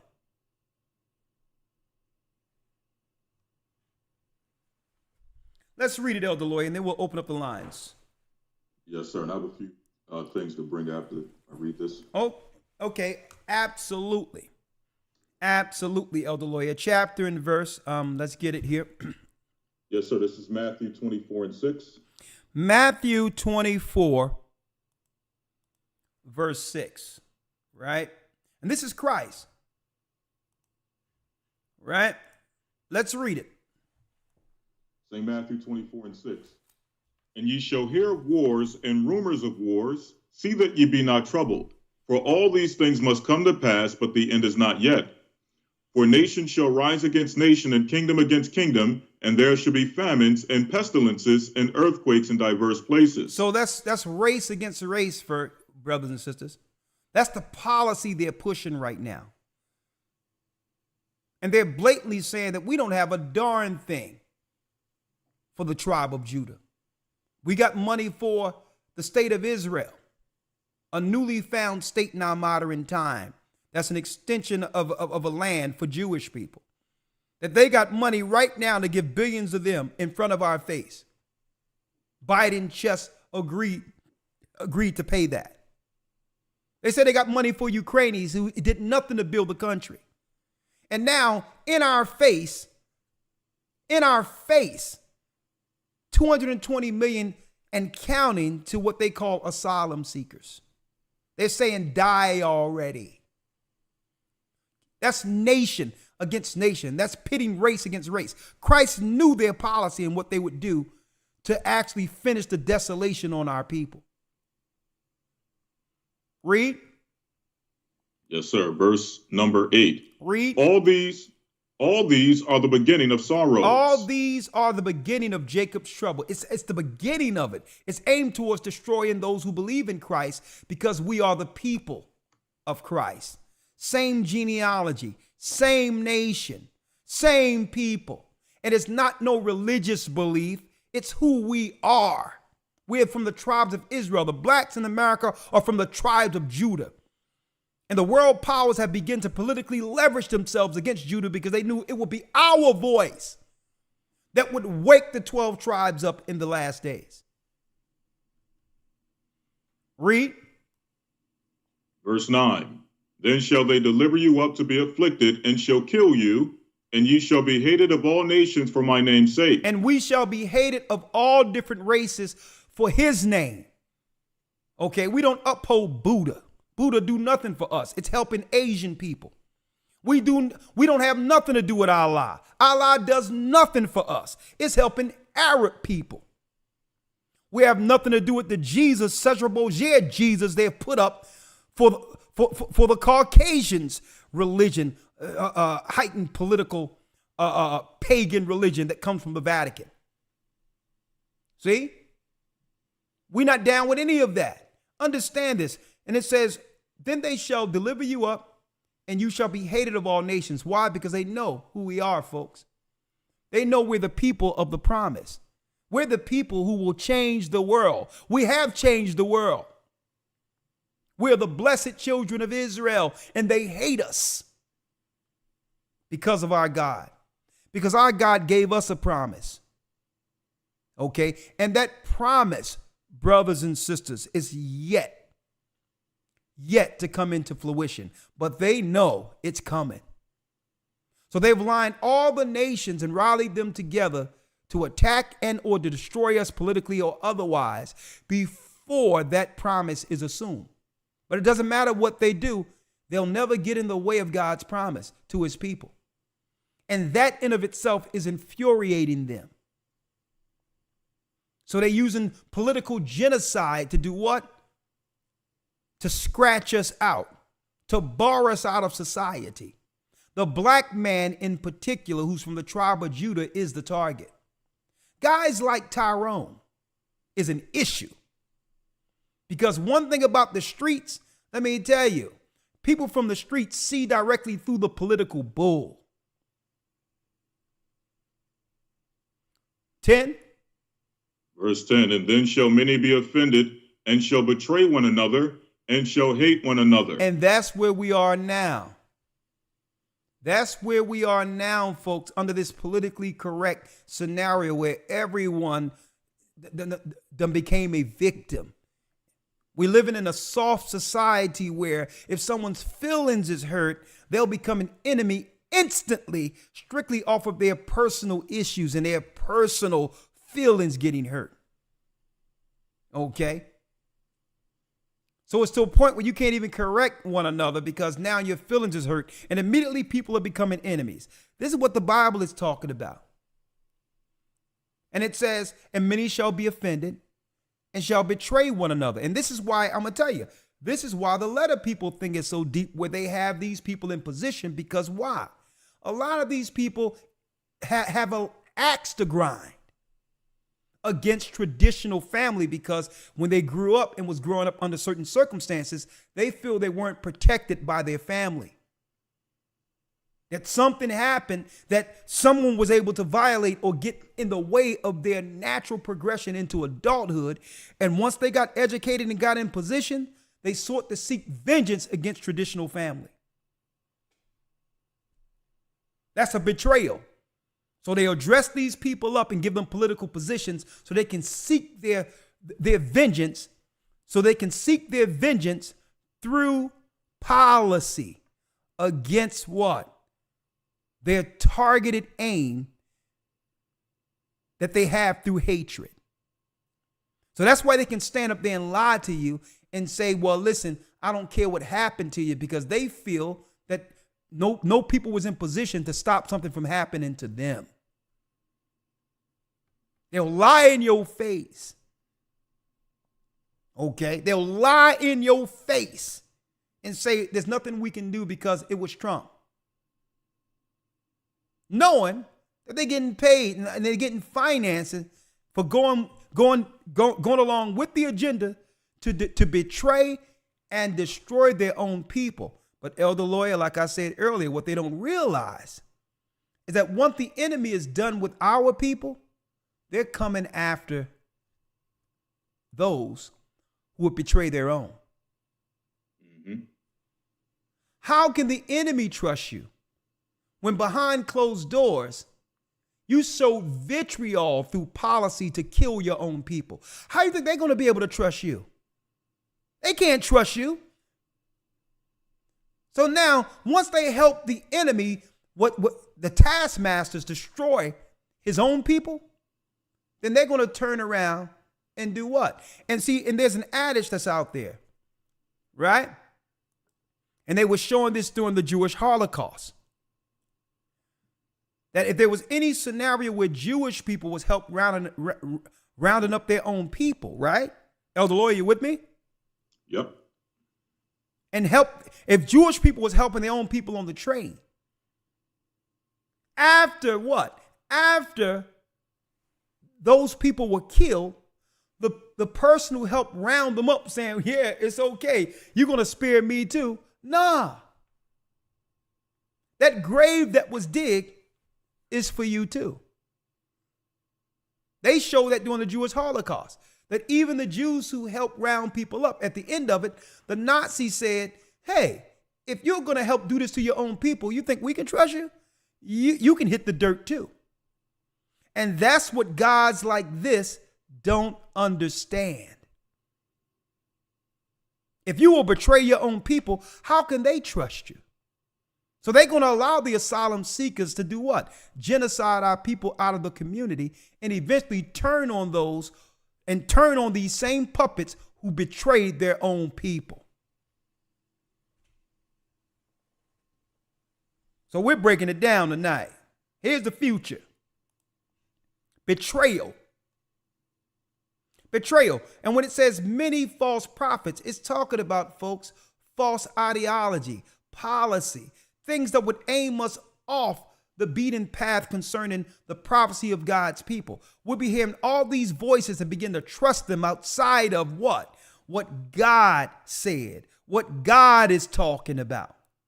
And guess what? Politics, the Democratic Party, all of that is part of the policy of a false prophet that gives false hope. Elder Lawyer, what say you? Yes, sir. I'll read this last verse and then I'll go in. It says here in verse 12, and because iniquity shall abound, the love of many shall wax cold. The iniquity is sin, because now they've given a green light for our people in particular, to be represented as a sinful, debaucherous, unchaste, whoredom type of people. Right? So since sin have risen in the earth, and now they have actually made us the poster child for it. Read, the love of many shall wax cold. So now, who cares what happens to you? You think the world cares what happened to someone who would parade themselves up like Sukiana? Mm-hmm. Like Sexy Red and all? You think the world would care what happens to people like that? This is why they promote it, so that what? So that now the world don't care what happens to a people who would only what? According to their promotion, who would only disease the rest of the earth with their perversions. So because of that, there's no sympathy. If you can be promoted as debaucherous and evil and sinful, you get no sympathy. And that's why it says, the love of many shall wax cold. Anything happened to us, the world is responding back with, you deserve it. Now, are they right? I don't believe they're right, because they're just not promoting the good amongst our people.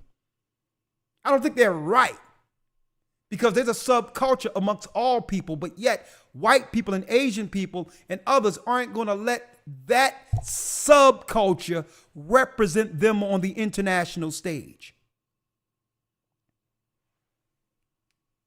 So because we are, the sin amongst our people is being promoted, no one cares. There's no sympathy for us anymore. Read, Elder Lawyer. But he that shall endure unto the end, the same shall be saved. But those who stick through and follow God's law and understand the tactics politically of what's going on, you're going to make it through this.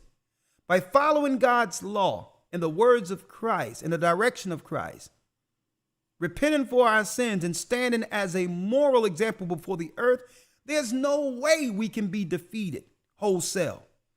A remnant of our people will make it through if we're willing to get on code with God. Elder Lawyer? Yes, sir. What I'm about to say, this is a message for all of us. When I say all of us, I mean all 12 tribes.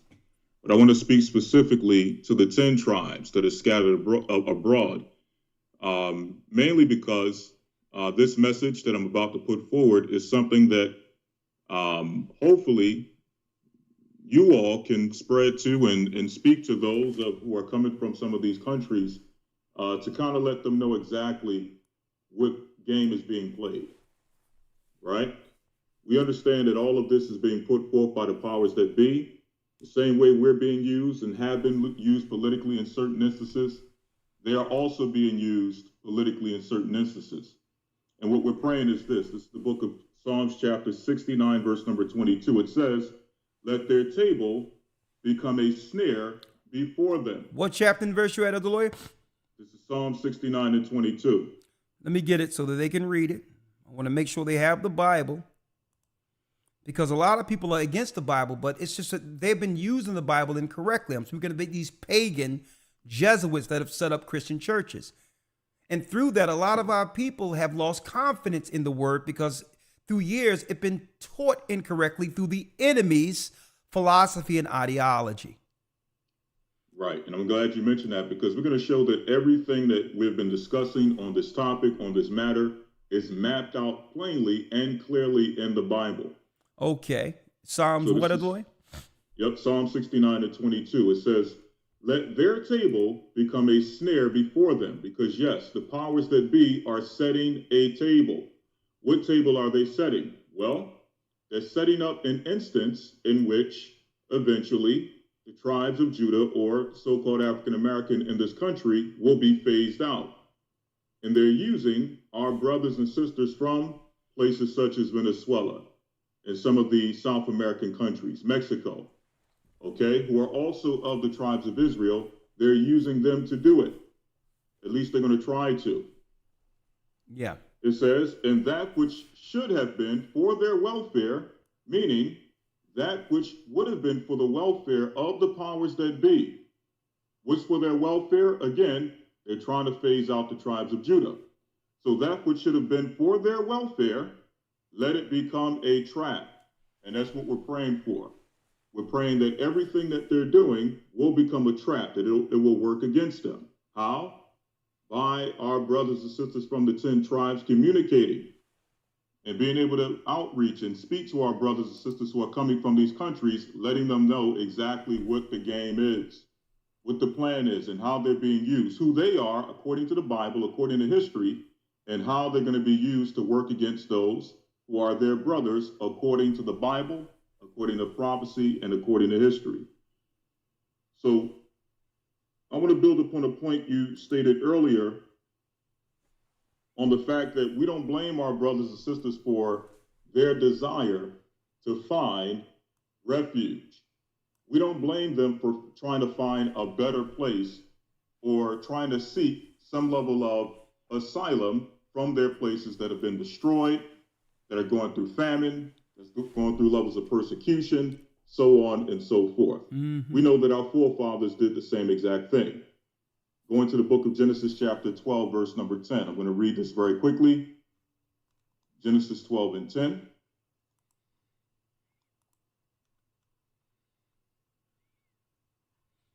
Yeah, I'm there. Again, those of the 12 tribes can share this information with our brothers and sisters coming from these countries to let them know that, again, we're not against them.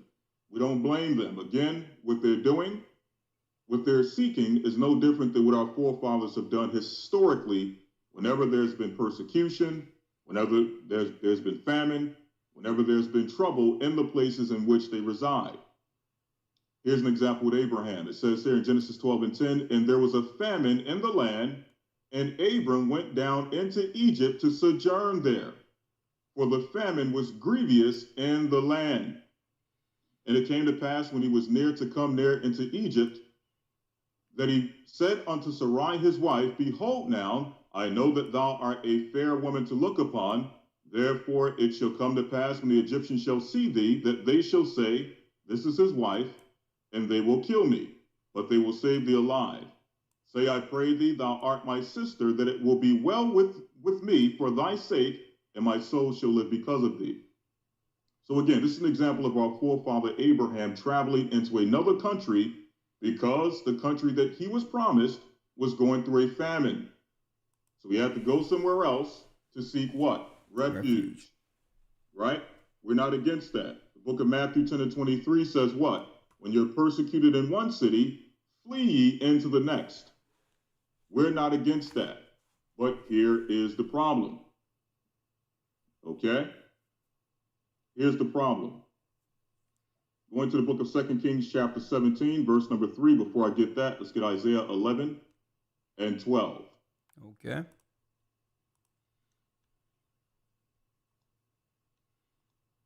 Isaiah 11 and 12, I'm there. All right, it says here, Isaiah 11 and 12. And he shall set up an ensign for the nations, and shall assemble the outcast of Israel, and shall gather together the dispersed of Judah from the four corners of the earth. So we know that Christ will reunite the 12 tribes, right? But here's the point, verse 13. The envy also of Ephraim shall depart. So yes, there's some envy that is on the part of Ephraim against his brother Judah. Meaning what? There's friction there between Ephraim and Judah, and the powers that be know that. Yeah.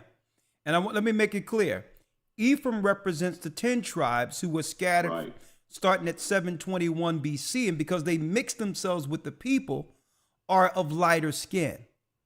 Judah, Benjamin, and Levi stayed in Judea. This is why they're predominantly dark, like you see those in Africa. To a degree, through a space of time, these two would believe that they're two separate races when they aren't. Right. That really, even though Satan is working, Bible says what? When you're persecuted in one city, flee into the next. So the Most High knew that they would actually run into us because Judah needed to do our job in helping reunite the 12 tribes. And the Most High will use this snare that they think is a snare. The Most High will use this for himself to allow them to interact with Judah again, like we did before the split. Mm-hmm.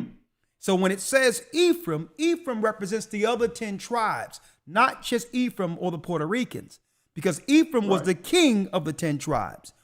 And Judah represents the tribes they have more so issue with. The darker tribes, like the Haitians, the Jamaicans who are Benjamin, the Haitians who are Levi, and the blacks in America who are in fact Judah. So now if Christ is going to do what?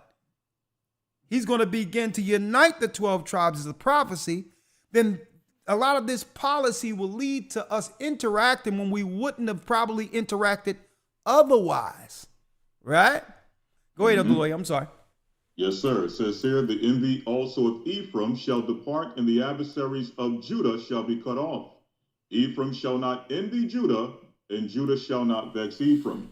So the powers that be, knowing prophecy, knowing who we are using this against us. They're using the fact that there's friction between us to have them eventually come over and use them politically again to phase us out. Okay? Let's go to the book of 2 Kings, chapter 17, verse number 3. Okay, I'm there, Abdullah. All right, 2 Kings 17 and 3, showing an example in past times of nations being deported, nations being displaced, and being used politically against the tribes of Judah, okay? Or the tribes of Israel, yeah. Verse number 3, it says here, against him came up Shalmaneser, king of Assyria, and Hosea became his servant and gave him presents. And the king of Assyria found conspiracy in Hosea, for he had sent messengers to So, king of Egypt, and brought no present to the king of Assyria, as he had done year by year. Therefore the king of Assyria shut him up and bound him in prison. Verse 5, then the king of Assyria came up throughout all the land and went up to Samaria and besieged it 3 years. Verse 6, key point. And in the 9th year of Hoshea, the king of Assyria took Samaria and carried Israel away into Assyria and placed them in Halah and in Habor by the river of Gozan and the cities of the Medes. So this is not the first time our brothers from the 10 tribes have been taken, moved from place to place, have been displaced, and have been used, what? Politically. It says this is from the New KJV, or the NKJV Cultural Background Bible. This is in the commentary. It says, deportation became a standard tactic of Assyrian kings after Tiglath-Pileser III, which was in part, check this out, which was in part designed to reduce the chance of future trouble from a conquered city or state by dispelling any strong sense of community and leadership. So they would use deportation and the removal of nations, moving them from place to place, using them politically, okay, to water down nations, to destroy the ability of the nation that has been deported from being able to rise up, okay, and the nation to which they've been deported. It causes issues for that nation. We see that when we jump down to verse number 22. Okay, where other nations were placed where? In the land of Israel. And we're going to show you with the last scripture how they became a stumbling block for the Judites. Yep, I'm here. Yep, this is First King. We're still in 2 Kings 17, jumping down to verse number 22. Mm-hmm. It says, for the children of Israel walked in all the sins of Jeroboam, which he did. They departed not from them until the Lord removed Israel out of his sight. as he had said by all his servants the prophets. So was Israel carried away out of their own land unto Assyria this day. Okay. And the king of Assyria brought men from Babylon, and from Cuthah, and from Avah, and from Hamath, and from Sepharvaim, and placed them in the cities of Samaria instead of the children of Israel. So now we're seeing what? The floodgates being opened, and other nations being moved into the land of Israel, first and foremost to replace the original Israelites that were in the land. Those are the 10 tribes that were removed, right? And it says here, and it was so that at the beginning of dwelling there, that they feared not the Lord, therefore the Lord sent lions among them. So we all know this history, right? But now let's go to the last scripture to show how they were being used, those nations that were placed in the land of Israel, how they were being used against the remaining tribes of Judah, meaning Judah, Benjamin, and Levi. Nehemiah chapter 4, verse number 1. I'm going to take it down to verse 8. This will be the last scripture. Yep. It says, but it came to pass that when Sanballat heard that we builded the wall, this is us returning from the Babylonian captivity and rebuilding the wall which was destroyed by Nebuchadnezzar, he was wroth and took great indignation and mocked the Jews. So when they saw us, the Gentiles that were placed in the land, when they saw us trying to rebuild, it says they took great indignation. They were peeved at the fact that we were trying to rebuild our country. And he spake before his brethren, before the army of Samaria, and said, what do these feeble Jews? Will they fortify themselves? Will they sacrifice? Will they make an end in a day? So now they started becoming concerned as to what it is we're doing. Why are we trying to rebuild? Why are we trying to do certain things within our country to build ourselves up? So they start having these conversations among themselves. These concerns, like they was concerned about what happened in Oklahoma. Right. Black Wall Street, when they're not telling people that was an Israelite build. A lot of these were those who migrated into those areas who knew they were Israelites, folks, and began to build their own Wall Street to rival the Wall Street in New York. But go on. Right, and it says here, will they revive the stones out of the heaps of the rubbish which are burned? Are they going to rebuild? Now Tobiah the Ammonite, check out these nations. Tobiah the Ammonite, we know that the Ammonite is who? The Jordanians. Was by him, and he said, even that which they built, if a fox go up, he shall even break down their stone wall. Hear, O God, for we are despised, and turn our reproach upon their head, and give them a prey in the land of captivity. I'm going to jump down to verse number 7. But it came to pass that when Sanballat and Tobiah and the Arabians and the Ammonites and the Ashdodites heard that the walls of Jerusalem were made up and that the breaches began to be stopped, then they were very wroth. There go your Arabs again. Here they go. Here they go. Here go your Ishmaelites or Muslims again, working in collusion against us with the other nations. Read. Verse 8, last verse. And conspired all of them together to come and fight against Jerusalem and to hinder it. So that was their plan. All of these nations coming together, the Arabians, the Ammonites, which are the modern day Jordanians, along with the Sumerians, them uniting together to prevent us from developing, to prevent us from rebuilding. Okay? At a very important time in which we're realizing exactly what's being done to us politically. Okay? And that's what's taking place now. So again, for those of our brothers and sisters who are of the 10 tribes who are in the truth, it's going to be upon you to start communicating and start reaching out and letting brothers and sisters know exactly what the game is and how they are not to allow themselves to be used against their own brethren in this country. And with that, I yield. Yeah, so we got more work to do. And I don't think it's a coincidence, Elder Lawyer, that out of nowhere, our new website, we're going to have one site of our website. When you hit the button, automatically, if you're Spanish speaking, the whole site is going to be in their language all of a sudden. Right. So another reason why they're doing it politically, because they know the Israelites has awakened the truth about Christ and that we're dealing with end day prophecy. And because of that, they cannot really push their agendas under this particular ideology or exegesis we're teaching through the Bible. Because we're not teaching this pie in the sky doctrine about some boogeyman by the Antichrist who will come after the church been floated up into the sky. Right? So it's hard for them to push their agenda now that the evangelicals have been exposed to be what? To be puppets under some certain levels of Zionism, whatever the case, some of them under that, whatever the case might be. So now they can't push their doctrine, their geopolitics through the churches anymore. Our people know the truth now, and we're standing in the way and getting everyone aware that their next phase is the mark of the beast. So they need agreeable people who would be just gracious and grateful to actually be a part of America, who will not disagree with their next phase leading to the mark of the beast. So what better way to do it than to get the people who would resist them out of the way, to get people in the country who would be in full compliance in order to stay in the country. And that leads me to my last piece before opening up the phones.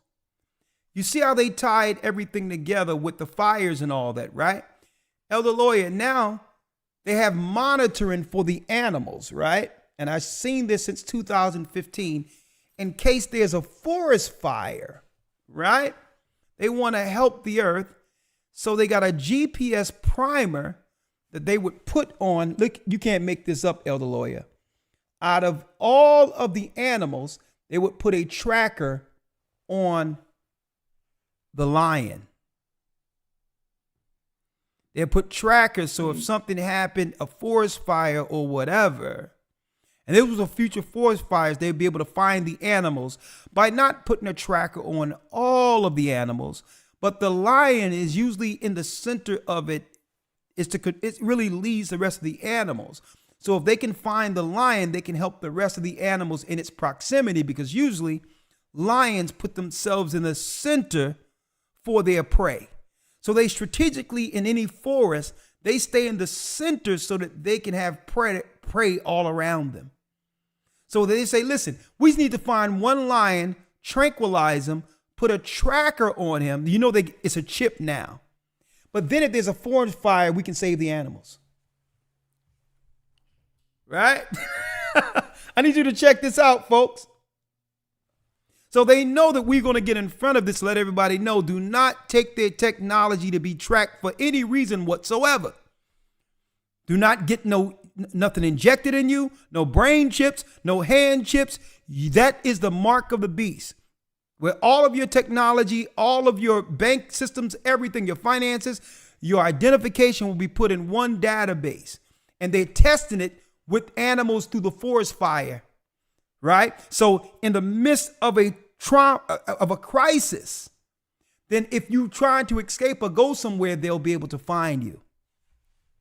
So out of all the animals to test it on, Elder Lawyer, the mark of the beast. And this is why they want to get us out of the way, because we're wanting people not to go with their next phases of conveniences.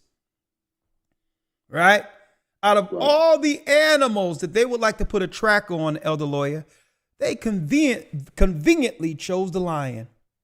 The lion, you know, that represents Judah. Mm-hmm. With that, that's open. That's why they need us out of the way, because they know that the truth would come through Judah. And we're here, Elder Lawyer, to make sure that when our people come, that they are to be shown what? The path towards this kingdom, because we got next. You Venezuelans, you're not our enemy. You are our brother. Don't let them try to leverage you off with us. You're here to be saved with us. Okay? So even though the enemy going to do what they got to do, guess what? We're going to do our job to make sure these Asherites come through and understand that what? It won't be long till all of us are united at the very end together in Zion. And at that point, guess what, folks? We'll never be displaced again.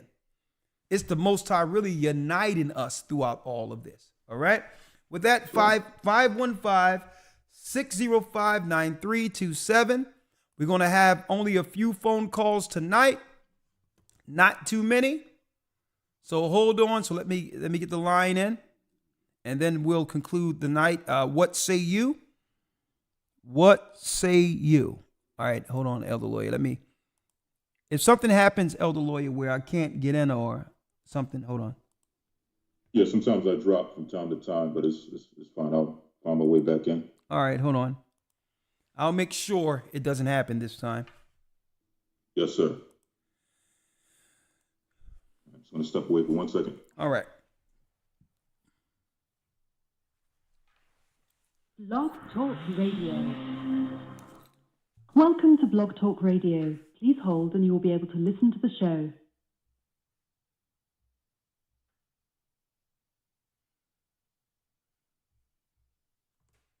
Unmuted. Okay, thank you, Elder Ramar. The lines are open. We have Michael we have Mawara, and then Michael. Matter of fact, Michael been waiting longer. So let's start with Michael. He has a comment. Shalom, Mike. Hello? Shalom, you're live, Mike. You have a comment. The floor is yours. Yeah. I'm sorry. I'm trying to sneak off at work. I just want to say, like, you're pretty much right. A lot of things they're going to turn on us with.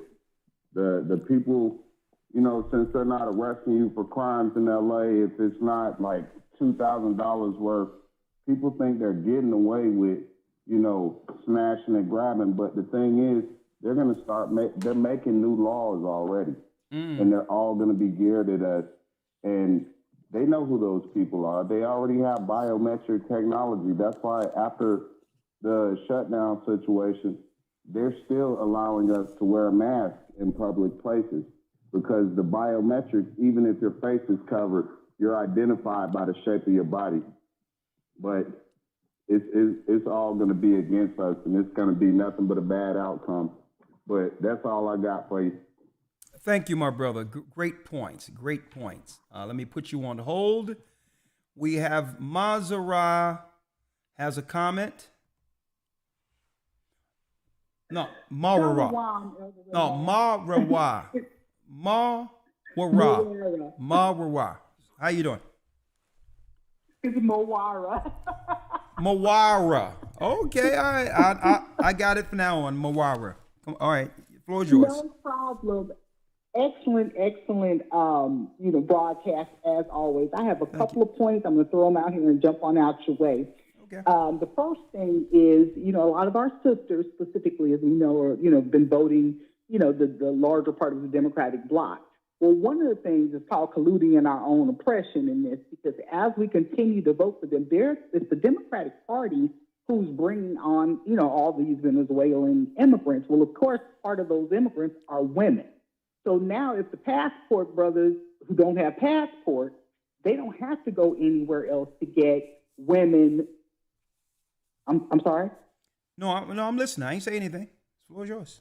Oh, yeah. So, now they don't have to, grab a passport and, fly anywhere to get the so-called traditional women or whatever. And of course, the Venezuelan people are very beautiful people as well.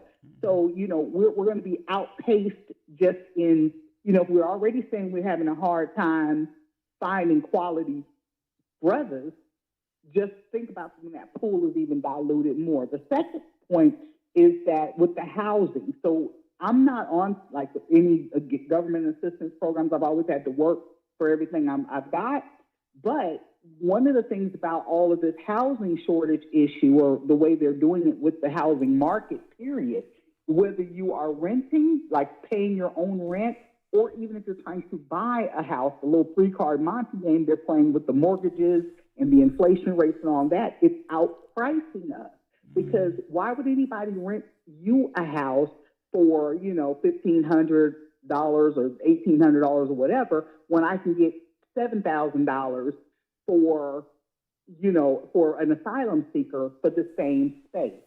So we're being outclassed and being, outpriced a lot of that. And of course, but Trump is a racist. who was trying to close the borders, you know. So that was really the couple of pieces I wanted to ask. One last thing is, you know, what are you holding? Because you've been holding something. I've been trying to figure out what that was. And can you get Tyrone on one of the shows, the Academy, on the blog? Get that brother Tyrone from Illinois. Get him on the show if we can. So thank you, and that was all I have. Don't go anywhere, because this is Sisters Week in the Academy, where we're going into the purpose of a woman, actually. So I'm glad you called in, because a lot of what you said really dovetails into where we're going. All right, with the lesson as far as getting back on purpose with God, and speaking about sisters in particular, right? Not being judgmental. A lot of this trauma that's going on in our communities is real, but eventually we have to let our sisters know that it's relenting, unforgiving, and the world isn't listening to any of what even if our experiences are true.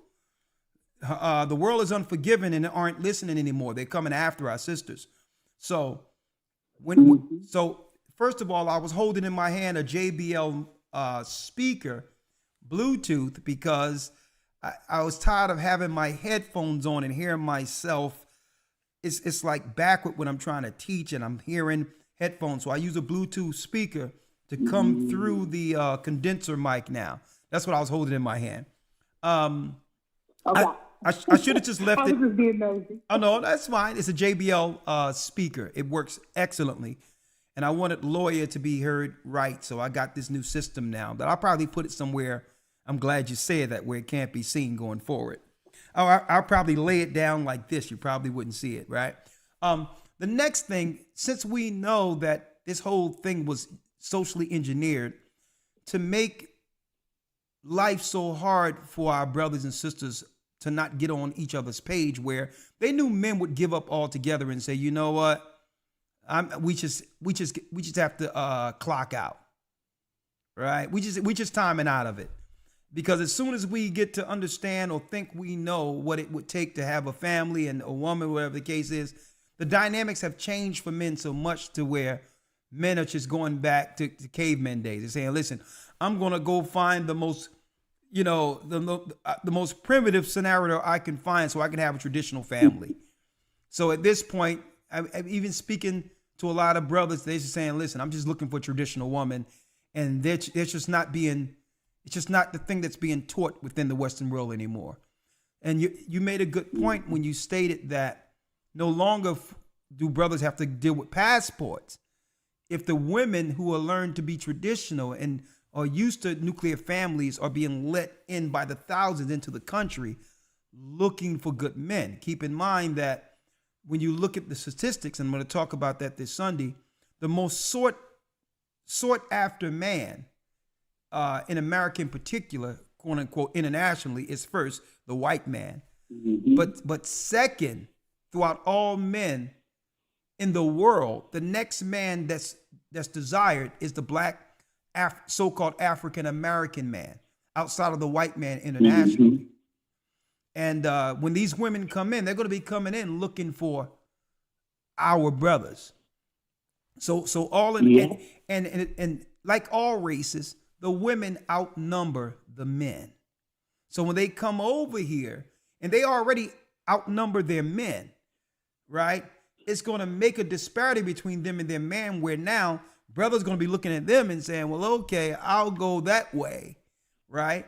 So let me ask you, based on that, what is your message for the sisters, knowing what's coming down the pipeline? Because we know that they're seeking to move sisters out of housing, who have housing. They're looking to make it harder. Inflation is coming up. And other women are coming over here as an option whom brothers may deem more agreeable under certain circumstances. Whether or not it's true, of course, it's not absolute. That is an issue when you speak to men. And I believe that sisters should more so start listening to what men are saying, right? And stop dismissing what men are saying. What would be your advice for the sisters, knowing what's coming over the borders? Thank you for that question. Actually, I don't know if you remember, but I'm a writer. So I actually am currently working on a book covering Titus, from Proverbs 31 and Titus 2, what it actually means to be that and what that transition looks like from, from the biblical perspective. And part of that is understanding that, and I'll share this tidbit, is that when you understand what the word virtuous means in Proverbs 31, part of that is to be an army or a military. That's actually the word that's used a lot in that when you look at that definition for Chael. Well, when we understand that we are that military, we are to protect the dominion of our king. So that king could be our dad. Listen, I'm saying, but let's break it down as if we're talking to a 5-year-old. If you were listen to me. If you're speaking to a 5-year-old, make it not too much complex.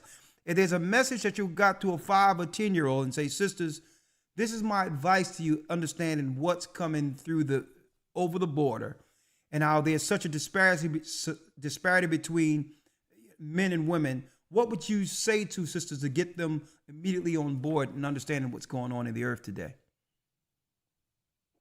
I would just let sisters know that our very survival depends on their ability to go back to the scriptural definition of what a woman is. How we are supposed to operate, without men. Sister, I'm giving you a chance, but let me answer it. Right? And I'm saying this because women, believe it or not, girls aren't saying this. I'm saying the girls. They're seeking simple directions and isn't getting it from the older generation. For whatever reason, they're just not getting it. Right?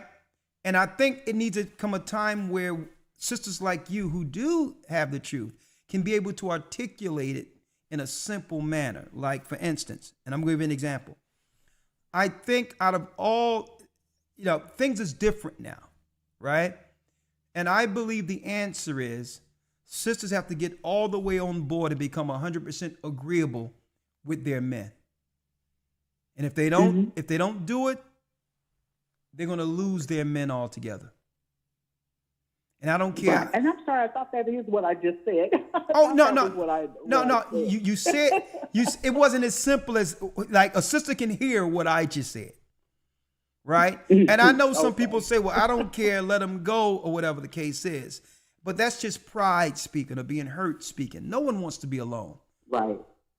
No one wants to know that others are being chosen over them. That hurts. And I believe it's time for our sisters to just humble themselves and realize, because the brothers, I'm going to tell you, I speak to my sons, I speak to the young men out there. They prefer our sisters. And really the other women they're going into, it's just the alternative because they feel that it's too combative. It's too much work just to be with the sisters they want to be with. And it's just that simple. And I think sisters need to be more agreeable. And I've seen some sisters come out, and I'm going to play the video. Sisters now are getting online and saying, well, listen, it's time for us to just be with other women. Because hey, I'm just saying, that's what they're saying now. And it's because they say, listen, they're saying we need 2 incomes, and I have to come back around and say, why can't you just be agreeable with the men and there'll be 2 incomes? We're in a system where no one can actually survive and have a good quality of life to be able to scale financially without having 2 incomes in the home. You can survive with 1 income, but the reality is 2 incomes are needed. Now, that's a problem with the woman saying that, because the new statistics are in where the highest degree of DV or domestic violence is amongst now, when you look at the rate of calls when it comes to police, is in lesbian households, where even the women can't agree with each other anymore. And you can't blame the men for that because there's not a man in the home. I believe that sisters need to just get on board and become agreeable. It's not going to hurt you. I absolutely agree. Yeah. So I think that's the point. May I ask a question in that? Ask a question, then I have to go to the next call. Yes, absolutely. Well, you know what? I'll table that for another time. Thank you so much for the Are you in the academy? This is my 28th consecutive academy. Okay. This is Power STL in the academy chat. Power STL. Okay. I'm there all the time. Well, sister, you said 28th Academy. I'm glad you called because I don't know if you got the original, the Roman Empire. The Roman Empire and the Empire of the Edomite. I do. Is that it's a blue and white, like a light blue and white book? Yeah, you have it? Yes, sir. Okay, well, I can't give it to you then. I'm signing this and giving it out this weekend. So you almost had this book. But I'm going to sign this and give it to someone. I'm going to sign something else and give it to me. I don't have one signed by you. Oh, I'll sign something else, but I don't want to give you a book that someone else can use who don't have it, right? So, yes. But Yes, I will give something else to you, okay? Where the Edomites admit that the Roman Empire are Edomites, and it's from a record from 1853. That the people today that are claiming through religion is one thing, but they don't know. A lot of them don't know today that they're Romans who converted, and they're really Edomites. And it's in this book that was printed in 1853 reprint. So I'm going to talk about this, and I'm going to also send this out to one of our loyal academites like yourself. So see you Sunday in our lesson to the women, where we're going to be talking about the true purpose of a woman. Very good lesson taught for the first time. I'll see you this Sunday. It's going to be deep. Shalom. Bless you. All right. We have 2 minutes before the calls are cut off. All right. 2 minutes, or you will not be able to get in. All right. We have Alize. Lord have mercy. This Eliza. I'm about to say Alize. I know what time period she came up in. Eliza has a comment. Hello, Elder. How are you? How you doing, Eliza? I thought it was Alize. I'm like, you must have came up during my time. Well, go ahead. No. All right. Talk to me, Eliza. The floor is yours. Yes, sir. I just wanted to touch on the fact that I have a good friend who is a personal banker for Chase Bank, and for the last few months, he's been sharing with me stories of people coming from various countries. The main country is Venezuela. These immigrants are coming in, and they don't have little to no income, but they're applying for loans. They give them a social and applying for loans, and somehow in his system, they're coming back approved for $200,000, $325,000. Today, one was $325,000. He said one guy got approved for a brand new. What's the car that you said had the snake? He shared with him what kind of car he wanted, and he needed to get a car loan for it. It was the one with the Italian. I can't think of it. Oh, you talking about the snake eating the person? You talking about the Italian car with the man eating the snake? The Moor. The Alfa Romero. The Alfa Romero car, yeah. Yes, sir. And he was like, he was sharing with the guy. He was like, you know what? I've been looking at that car for the last 2 years. And now he's a personal banker. He makes really good money. And he said he can't even afford it. And here's this guy. He's been in the country almost 6 weeks. Little to no income. He's delivering pizzas. I mean, that's what he put on his loan application. So you mean to tell me, hold up, sister. You mean to tell me, if maybe my ears, I got to get this straight. That someone has come over that was an asylum seeker from Venezuela and immediately got a loan to be able to get an Alpha America out of nowhere, when they won't give our people loans for a hot dog stand in America.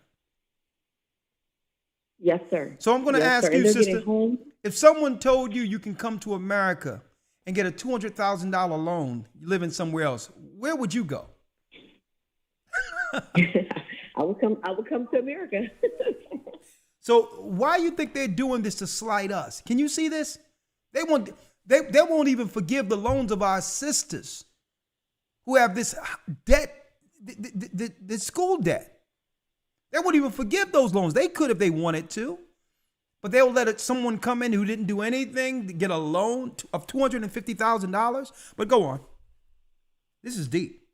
Yes, sir. That's true. And I'm one of the sisters who have a $66,000 student loan debt, 4 degrees, and I'm only using one. at the current time. So. Sister, let me tell you. The interest in those things and the way they work out, you may think it's $66,000, but you'll be paying that forever. That's true. I did apply for the Biden relief, so fingers crossed. You applied for it? Are they actually? Because I heard that the Biden relief plan, I heard that was struck down by the Republicans, as they claim. They are taking applications for relief?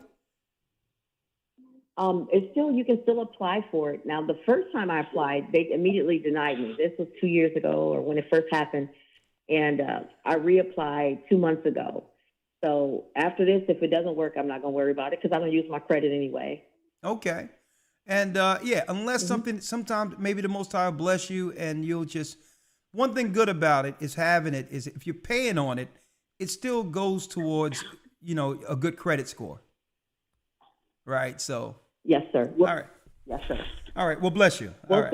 sir, thank you, sir. But my credit is 785, so I'm good, actually. All right. Suki now. I'll tell you what. Hey, as long as you're able to stay afloat, hey, before it's over, none of us aren't gonna own any debt anyway. We're gonna leave Babylon with much substance, right? So, hey, all right. Well, bless you. Yes. Thank you. All right. Shalom. Yes, sir. All right. 228 area code. Who that? Abijah? Abijah.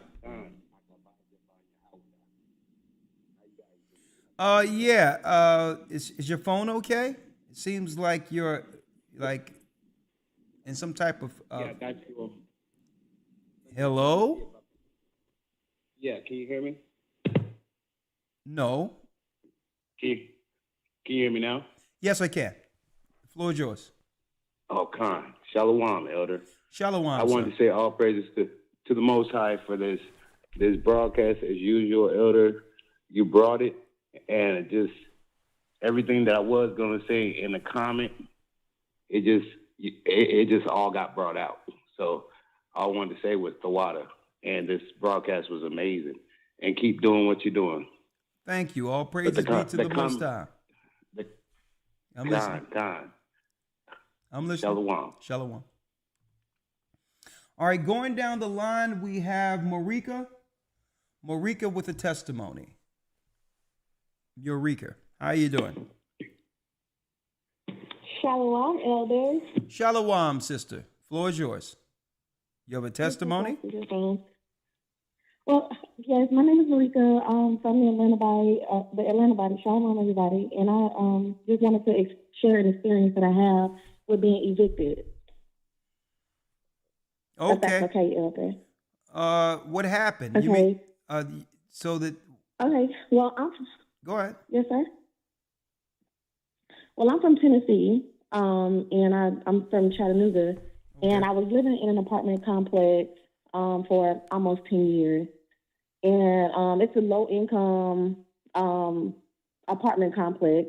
And so around 2018, they ended up selling the apartment complex to a private investor. And they came in and they got tax credits, and they ended up taking investments to improve the apartment complex. And so they hired, contractors and different people from out of town to come in and update this apartment complex. Go ahead. So before they got there, I ended up having a sewer line back up and ended up destroying all of my property because everything was contaminated with raw sewage. So they ended up moving me into a different apartment. And while I was living in that apartment, they came in and they started doing a renovation. So, while we were living in the apartments, they were doing renovations, which was stressing everybody out, especially the elderly people. And they, very rude. One day I ended up having to leave the apartment because they were doing renovations. And I work from home, so I ended up having to go to work. So what happened, though? So let's get to the quick side of it. So what happened? Yes, sir.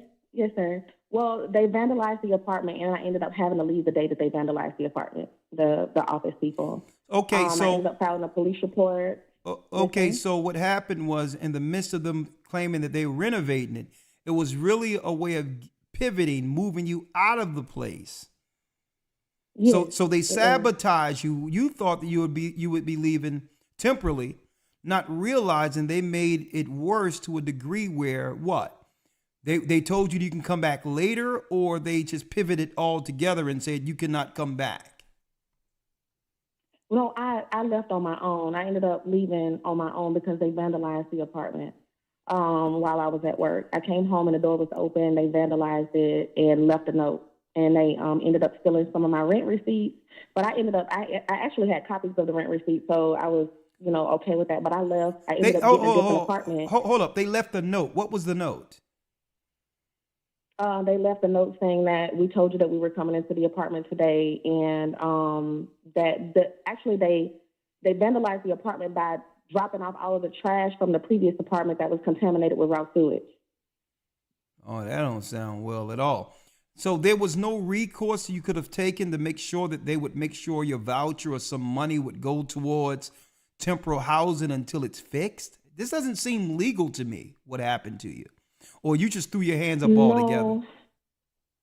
Well, once they vandalized the apartment, I had to leave. There was no way for me to even move around the apartment because it was just so much trash and stuff everywhere. Well, I understand that, but I'm talking about temporal housing, being that the fact that it was their fault that you were without housing, correct?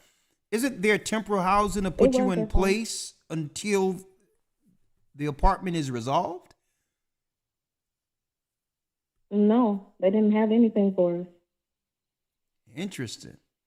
So are you doing okay now? You're just saying how they're sabotaging our sisters now in public housing, in a nutshell. Right. So I moved into a different apartment complex, and I was working, and then my check ended up short. So I called payroll, and I'm like, why is half of my check gone? And they said that my check was being garnished. And so I called the courthouse to find out what was going on, and then they ended up suing me for $25,000 and evicted me from that apartment complex, saying that I owed them rent. So they evicted me a year after I moved out. Man.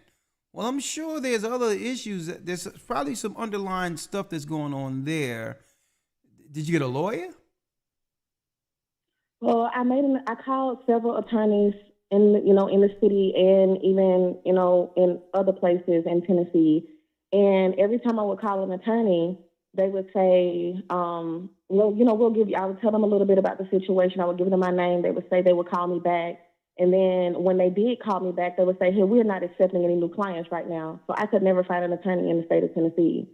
So, I did speak with Elder Shapat, and he gave me some really great advice. I was able to go to court. They denied everything that I asked for. I gave them proof that I didn't owe the money. I gave them my rent receipt, and the judge told me to go and sit down and to wait. And people in the courtroom were clapping. Everybody was excited because I came to court and I said, hey, I've got over 1,000 documents to prove that I don't owe this money, that, I actually did pay my rent. And she told me to go and sit down, that she would look over the documents. And at the end of the court day, I looked around and the entire courtroom was empty. And so she called me to the front and she told me that I still had to pay it. And I asked her why, and she said that I just had to. And I mean, I cried about it. I told her, she said, well, you're going to have to pay it or it's going to mess up your credit. And I told her, I said, that's not fair to me because I don't have any debt. Okay, well, I do got to get to the next call, but this is a perfect example of what we're talking about.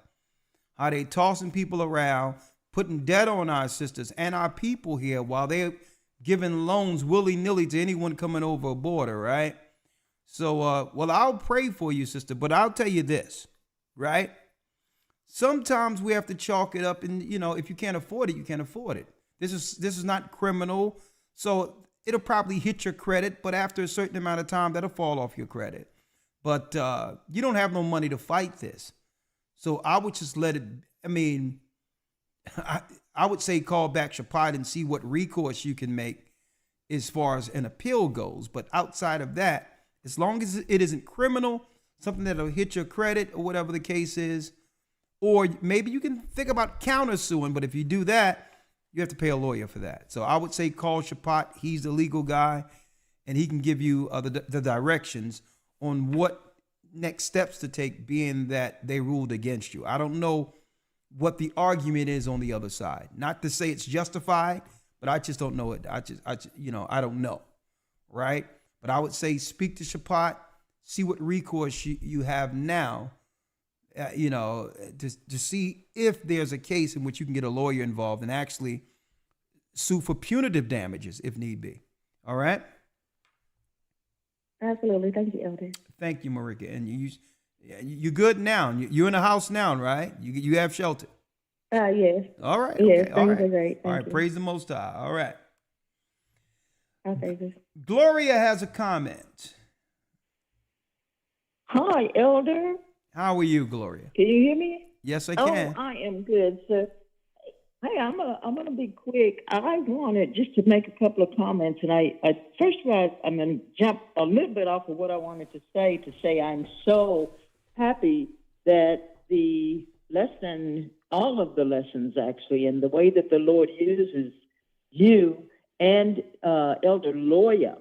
You know, the Bible teaches us that we prophesy in part, that the whole of the intentions would come forth. And I want to say I was so blessed tonight in listening to the lesson, because as you elaborated and laid out the actions that we are to look for, and then you brought in Elder Lawyer to tie that thing back over as you guys bring that prophecy together, but you bring it in your pieces, and then it all makes sense. And so I'm just so thankful that GLCC is available, especially in this critical hour, in this age of humanity. The second thing I wanted to quickly say is the story that that young lady just gave is a story that is happening all over the nation. And when you were asking the other lady, so my daughter was evicted illegally. So they're doing these things, and when you look at the levels of the systems that are coming against our people, this lady was dealing, that they're coming against them in such a way that they don't know where to turn, many of them, because it's so heavy. And so my daughter just went through that. She's out of her Section 8 housing. So they're doing this all over the nation, but the problem is that it seems like it's isolated because our people are not able to collaborate in a way that they should with regard to what's happening with these women being put out of these houses. But we are in such a time right now that we're the massive war that is going on against us that you so eloquently continue to lay out for us every time you come to the table, come to serve us up a meal. And if we are listening to the meal that you're serving, God is using you that we might be directed. And so you were asking the one lady about what it is that we as women ought to be doing with these foreign women that are coming in. And I began to think, I said, the first thing we need to do is we need to explain to them who they are in their spiritual heritage. They need to know that we are sisters and we are on a mission, that there is a war going down and they are being brought in to be used against us. So the message of your message tonight is the prophecy that we must carry forward.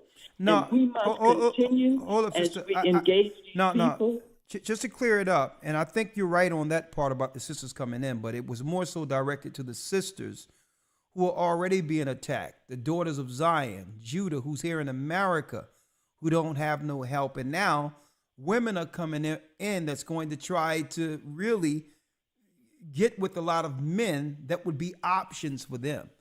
What message do we give our sisters who are already behind the 8 ball, who's already ostracized and are left out without any level of connection or relationship? What message? And I was, those sisters.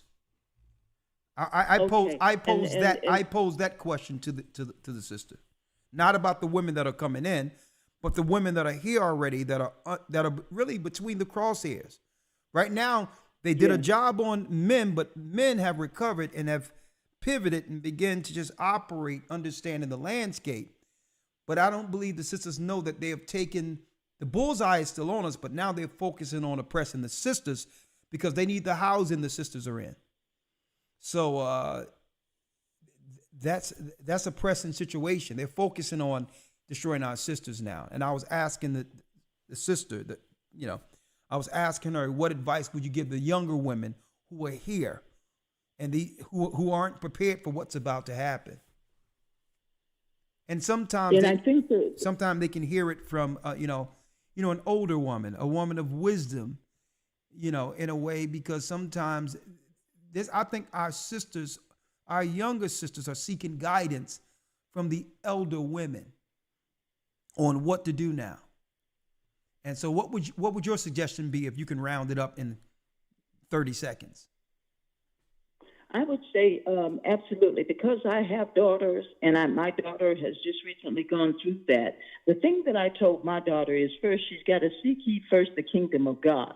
She got to talk to God about that thing. And then as a woman who's a mature woman who can see the dangers of where she's headed, because what I would say to my daughter all the time is, honey, listen, we're in a war.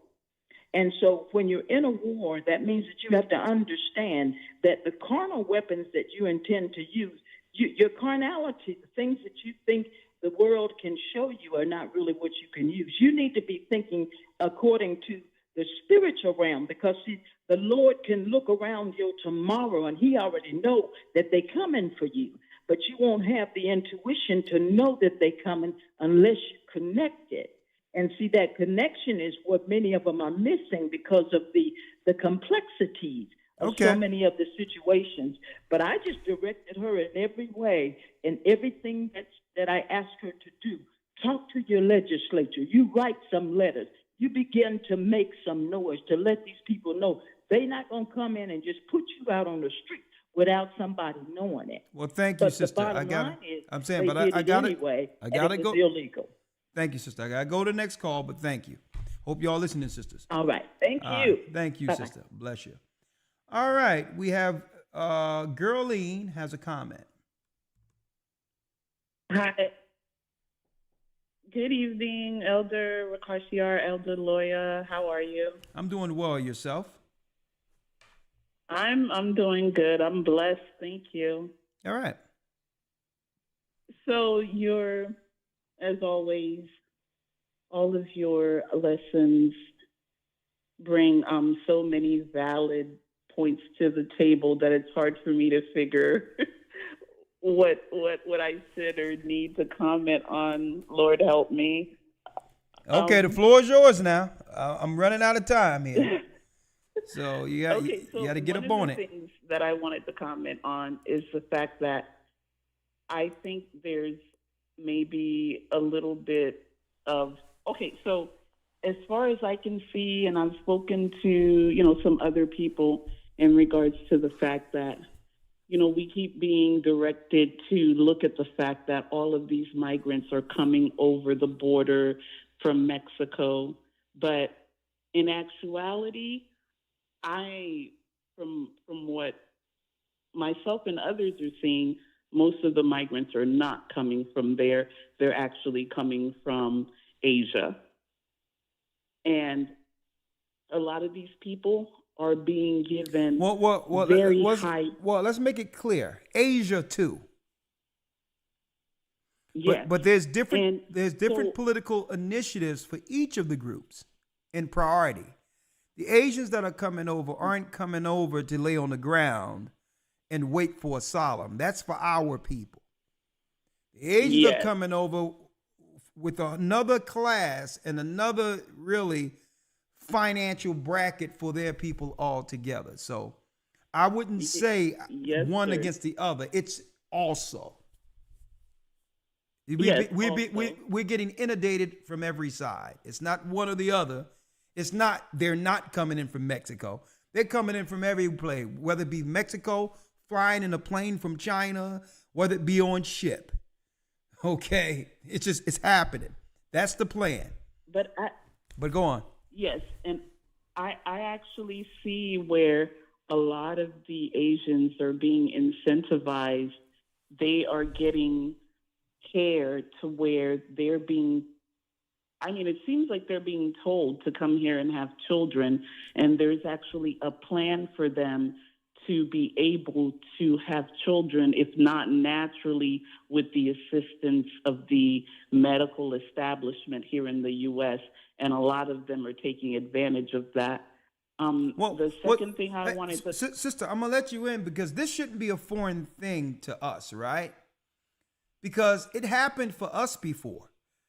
Even though it wasn't international, I don't know if you remember the great migration from the South to the North we had during the industrial age, when there was jobs in Detroit, Carpenter Drive, where they was building the cities here in the West, in the East Coast, where a lot of our families came down into, like my family came from Louisiana, North Carolina, down to North, and they gave us free housing. There was loans. There was a lot of stuff they gave us to build the next infrastructure here down north.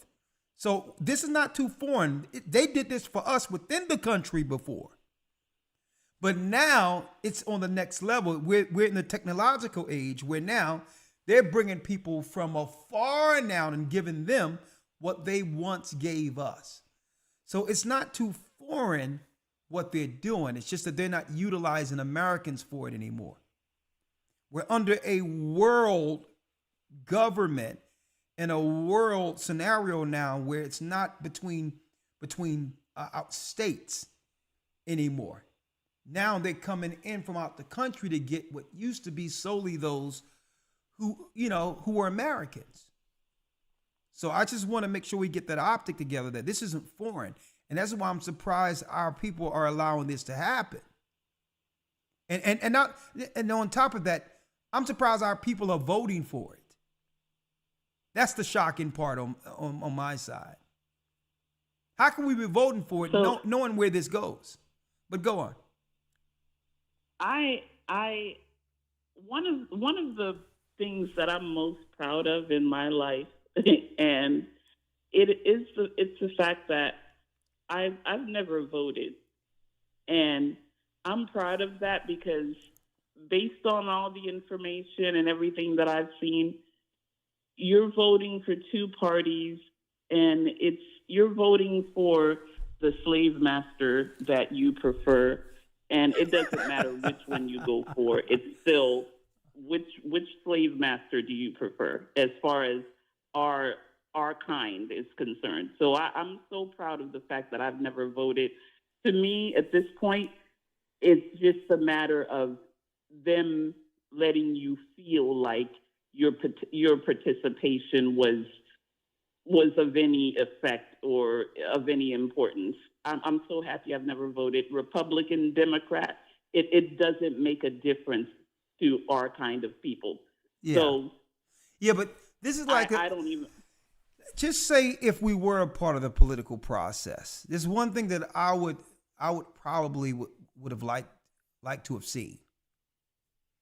I would have liked to have seen our people use the process like other nations use it, where the only time we're going to participate in it is if we're together and we're getting something solely for us.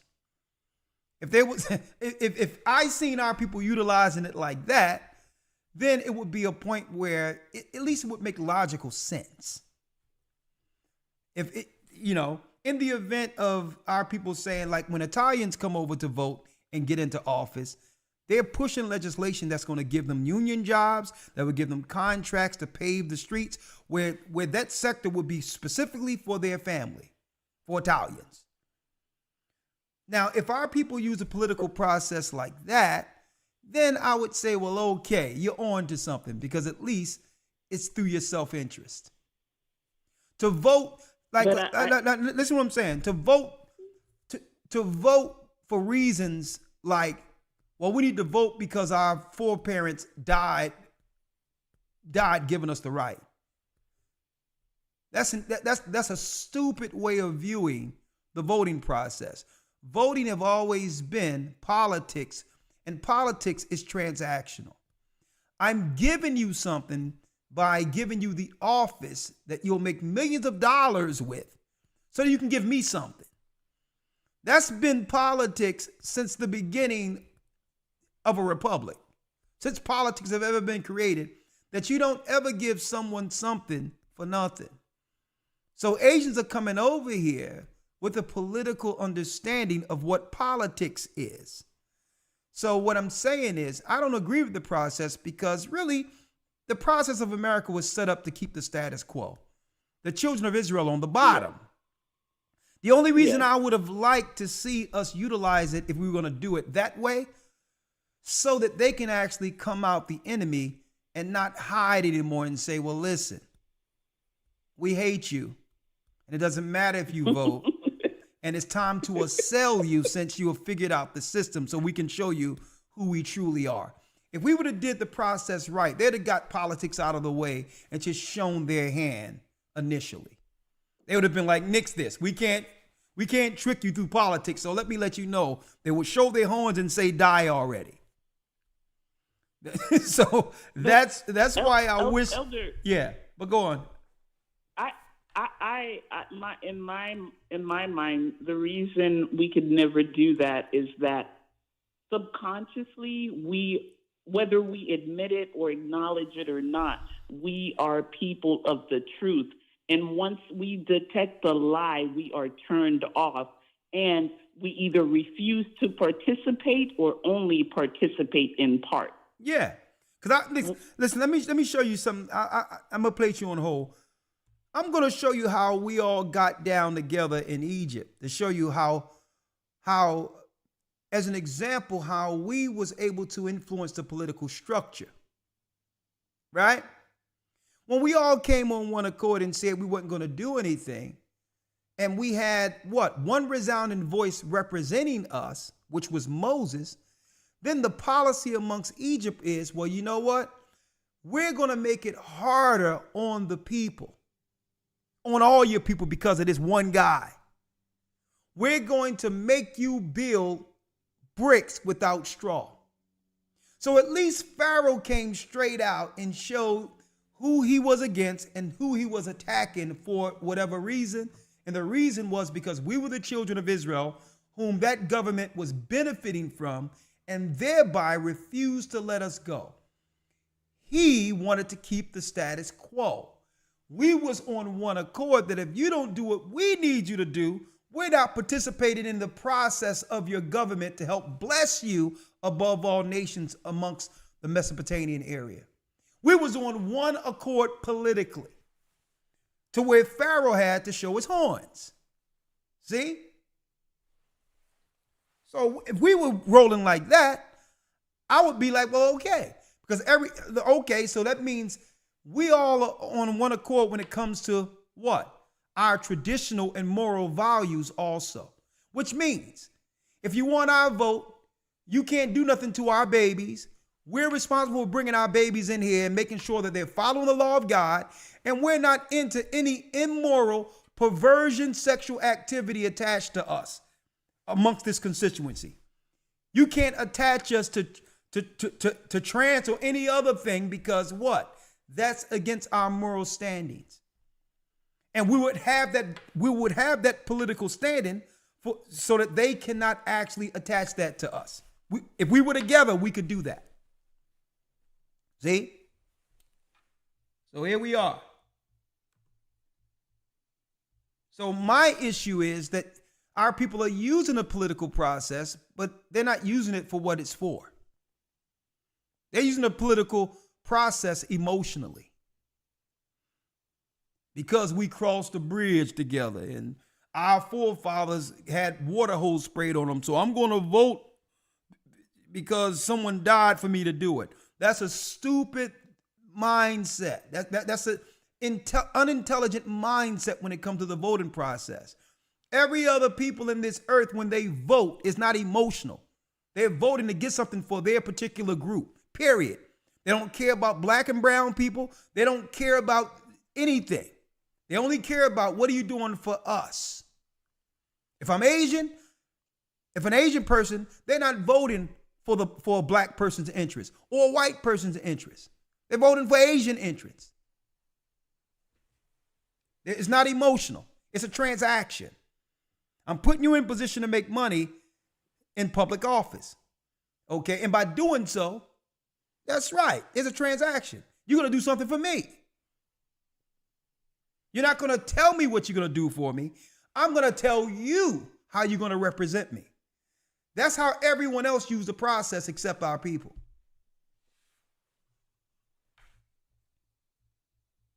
Rosa has a question. Last call for this evening. Shalom, Rosa. Hey, Elder. How you doing, Rosa? Hey, I'm good. I called in before.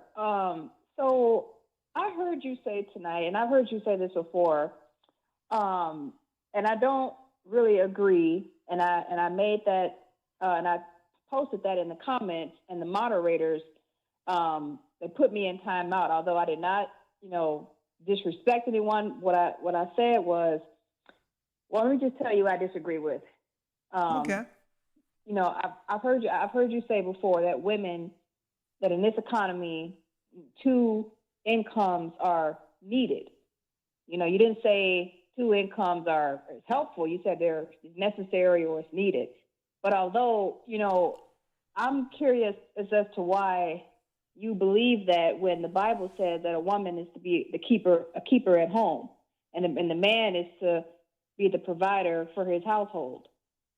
Well, sister, ideally, under the biblical traditional frame, right? If we weren't living in the Western world, okay, that would be applicable. In the biblical times, sister, you have to realize we had our own sheep, our own land. We have to pay taxes on that. So men can go out and build their own business without the threat of it being taken away and provide for the home solely. In the Western world, how the economy is set up, what is the medium income for a black man and or a black woman in the United States? I'm going to ask you, what's the medium income? I'm not sure, but I know it's not high. Okay, let me break it down to you. The medium income is about $42,000, right? Now, if you talk about one person, 42 to 46, it depends on which graph you look at, right? The black man makes a little bit more than the black woman in the United States, okay? The white man, medium income, makes $1,000 more than the black man. You understand? The Asian man makes more than the white man and the black man in the United States currently. But the medium income is about $40,000 to $46,000. Individually, if you're looking at the numbers, that's almost based on inflation, especially what's been happening the last 4 years under the Biden administration in gas. That puts one income almost under the poverty line when it comes to cost of living. So it's almost an impossibility, and this is maybe I needed to clear it up for you. It's almost an impossibility to live on one income and have something left for your children after you're no longer here. So maybe I needed to clarify that. It's enough to survive. Okay. It's enough to survive if, sister, and I'm saying this to you is because why? This is not a new idea. White people who make more than our people understand this concept in the Western world that in order for them to thrive, guess what? Their wife, their mother, the wife, even the white man, his woman works to a certain degree until they decide to do what? Get enough money to be able to pivot and use money for investments or whatever. And then they plan their children accordingly to phase her into motherhood, not having to work. And even after that, she will take care of the child for a certain amount of time and go straight to work. And this is their empire. They know that they cannot thrive in this empire the way it's set up without both working. So that's not an old concept. So I understand what you're saying, the traditional way that would leave it where a woman would actually be a provider and keeper of the home. But based on the financial landscape, it isn't like that no more if you're seeking to have something left for your children.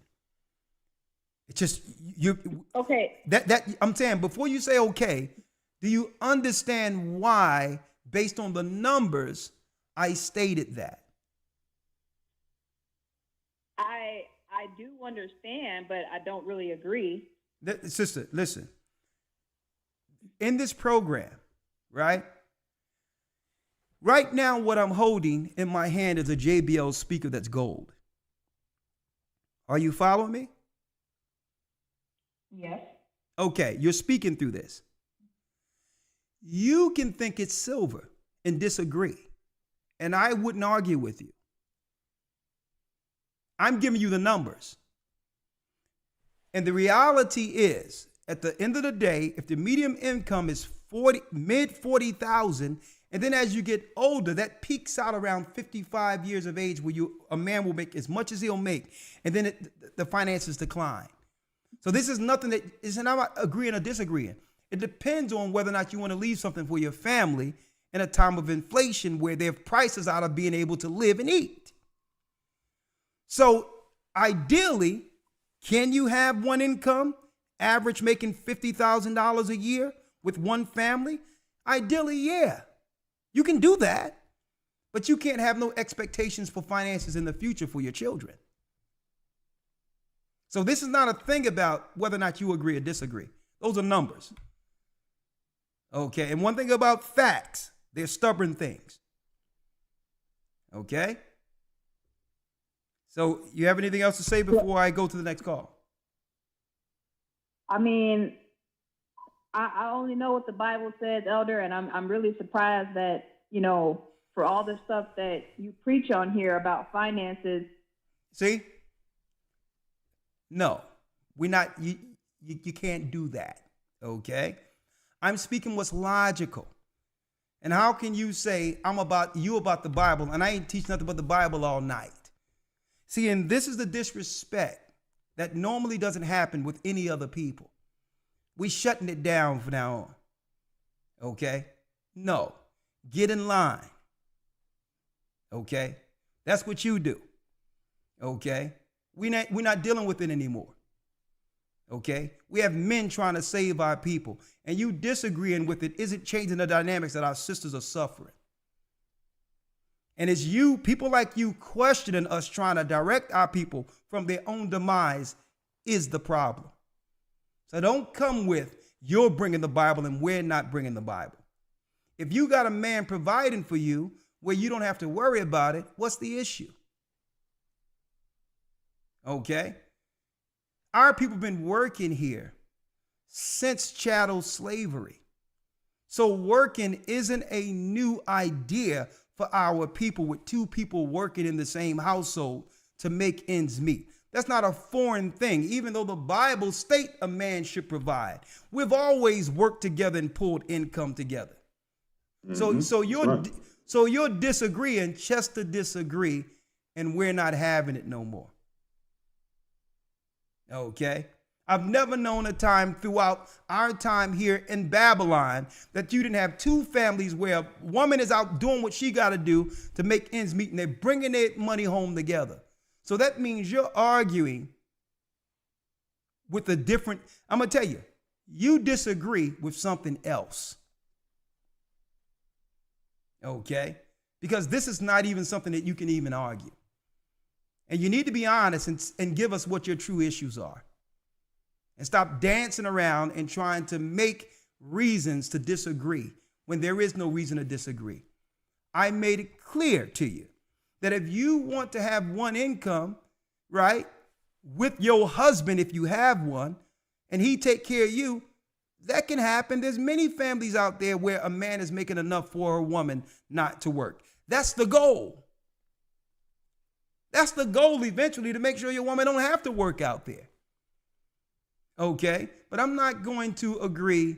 I'm not going to allow you to come in and disrespect just for the sake of agreeing, because we know you got another issue that you're not even talking about. And that's why you're blocked. So do us a favor. Don't call into our phone. Don't call into here, bring your negativity anymore. We're done with it. Okay? Our people are under duress right now. They need direction. Okay?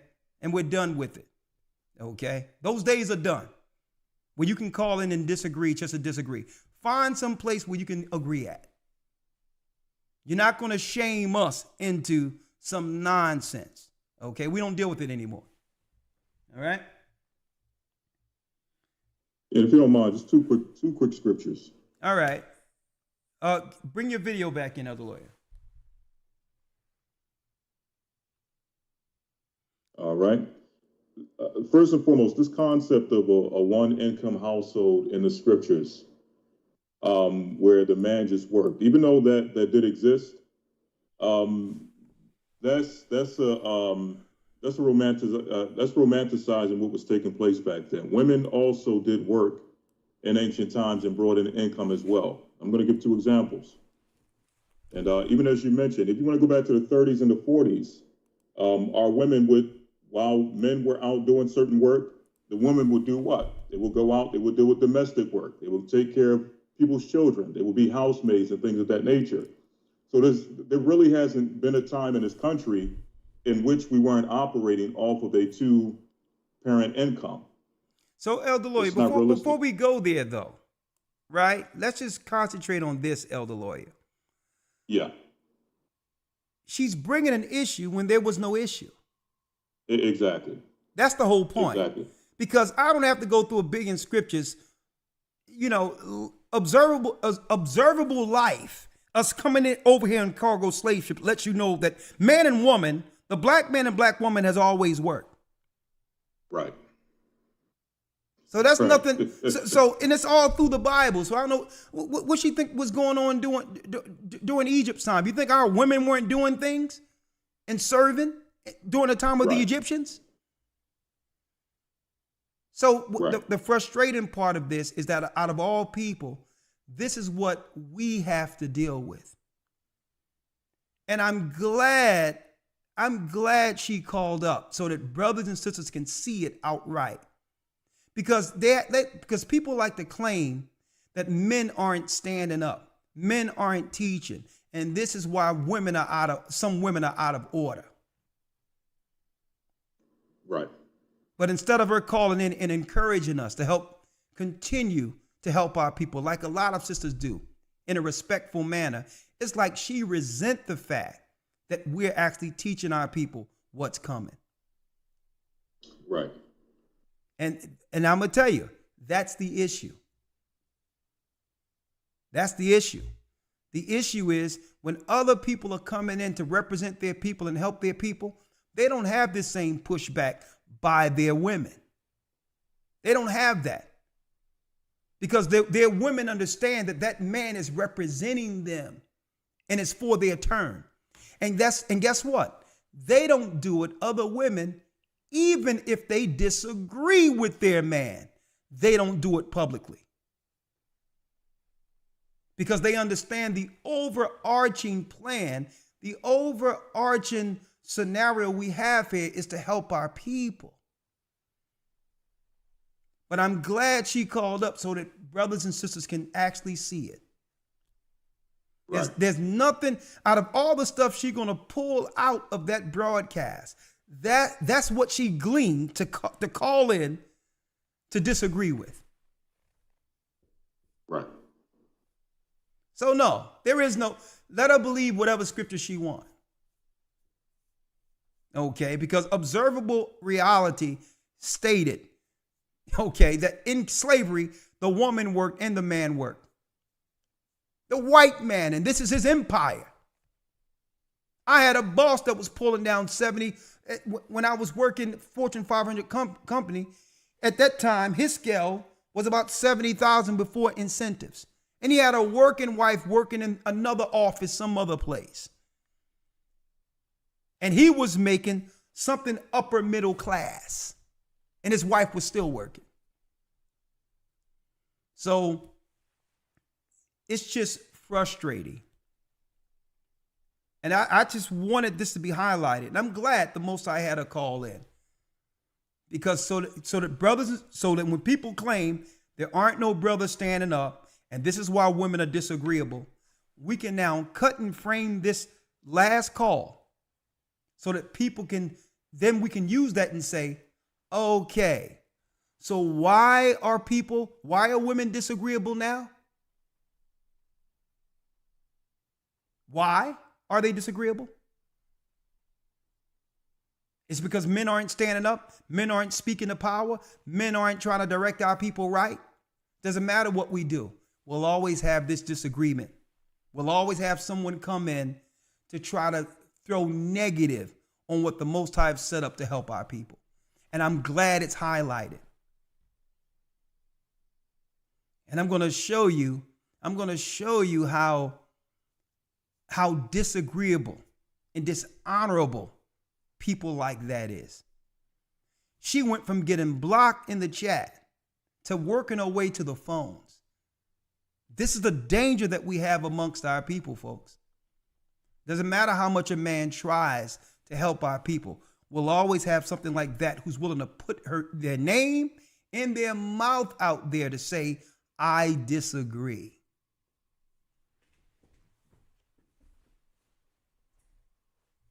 So we're going to leave it there. And we'll pray for you. But yes, whatever your name is, sister, whatever, we'll pray for you. Please don't call our phones anymore. If you want, you don't have to watch the videos. It's up to you. They're resourceful. They can help you. But if all you see is negative, I don't know how you can see that in this video, then you should be watching something that you'll agree with. Okay? Elder Lawyer, thank you. I have some lasagna. Sure. All organic ingredients that I'm going to enjoy tonight. We're going into a lesson this coming Sunday. The true purpose of a woman, according to God. And it's going to be all positive. And the sister that probably called in, right? The Bible says, keep your mouth, right? Keep your mouth. When you're standing before men who are bringing the word of the Most High, you know, you have to keep your mouth, or you give a sacrifice of a fool. Sometimes being quiet is okay. All right? So I suggest you probably get into that lesson and understand what your purpose is according to God. Your purpose isn't to correct men. Okay? Your job is your house. So when you talk about a virtuous woman, you should be looking over your house under the direction of your husband. So the question is there a husband that would have told you, no, you don't do that when men are bringing forth key, pertinent, prophetic information? So we have to ask, next time, have your husband call up.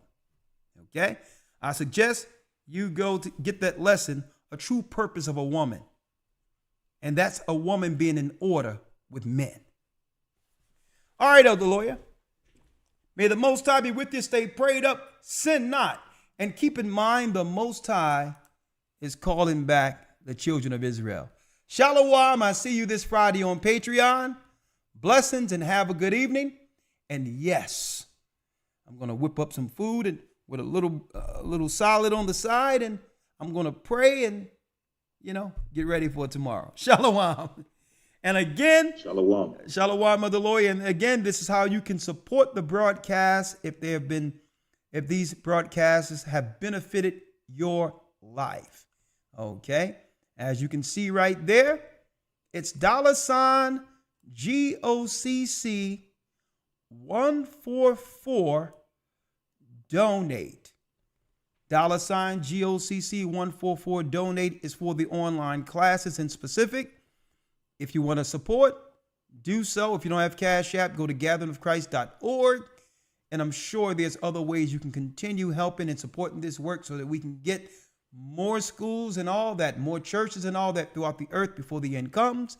And keep in mind, the Most High is calling back the children of Israel. Good evening. And be blessed by the best. His name is Ahaya. Shalom. Ruben from Australia. It's a call the Mexicans. Ahaya's gathering news right now. The Negroes, Benjamin, the West Indians, Viva the Haitians.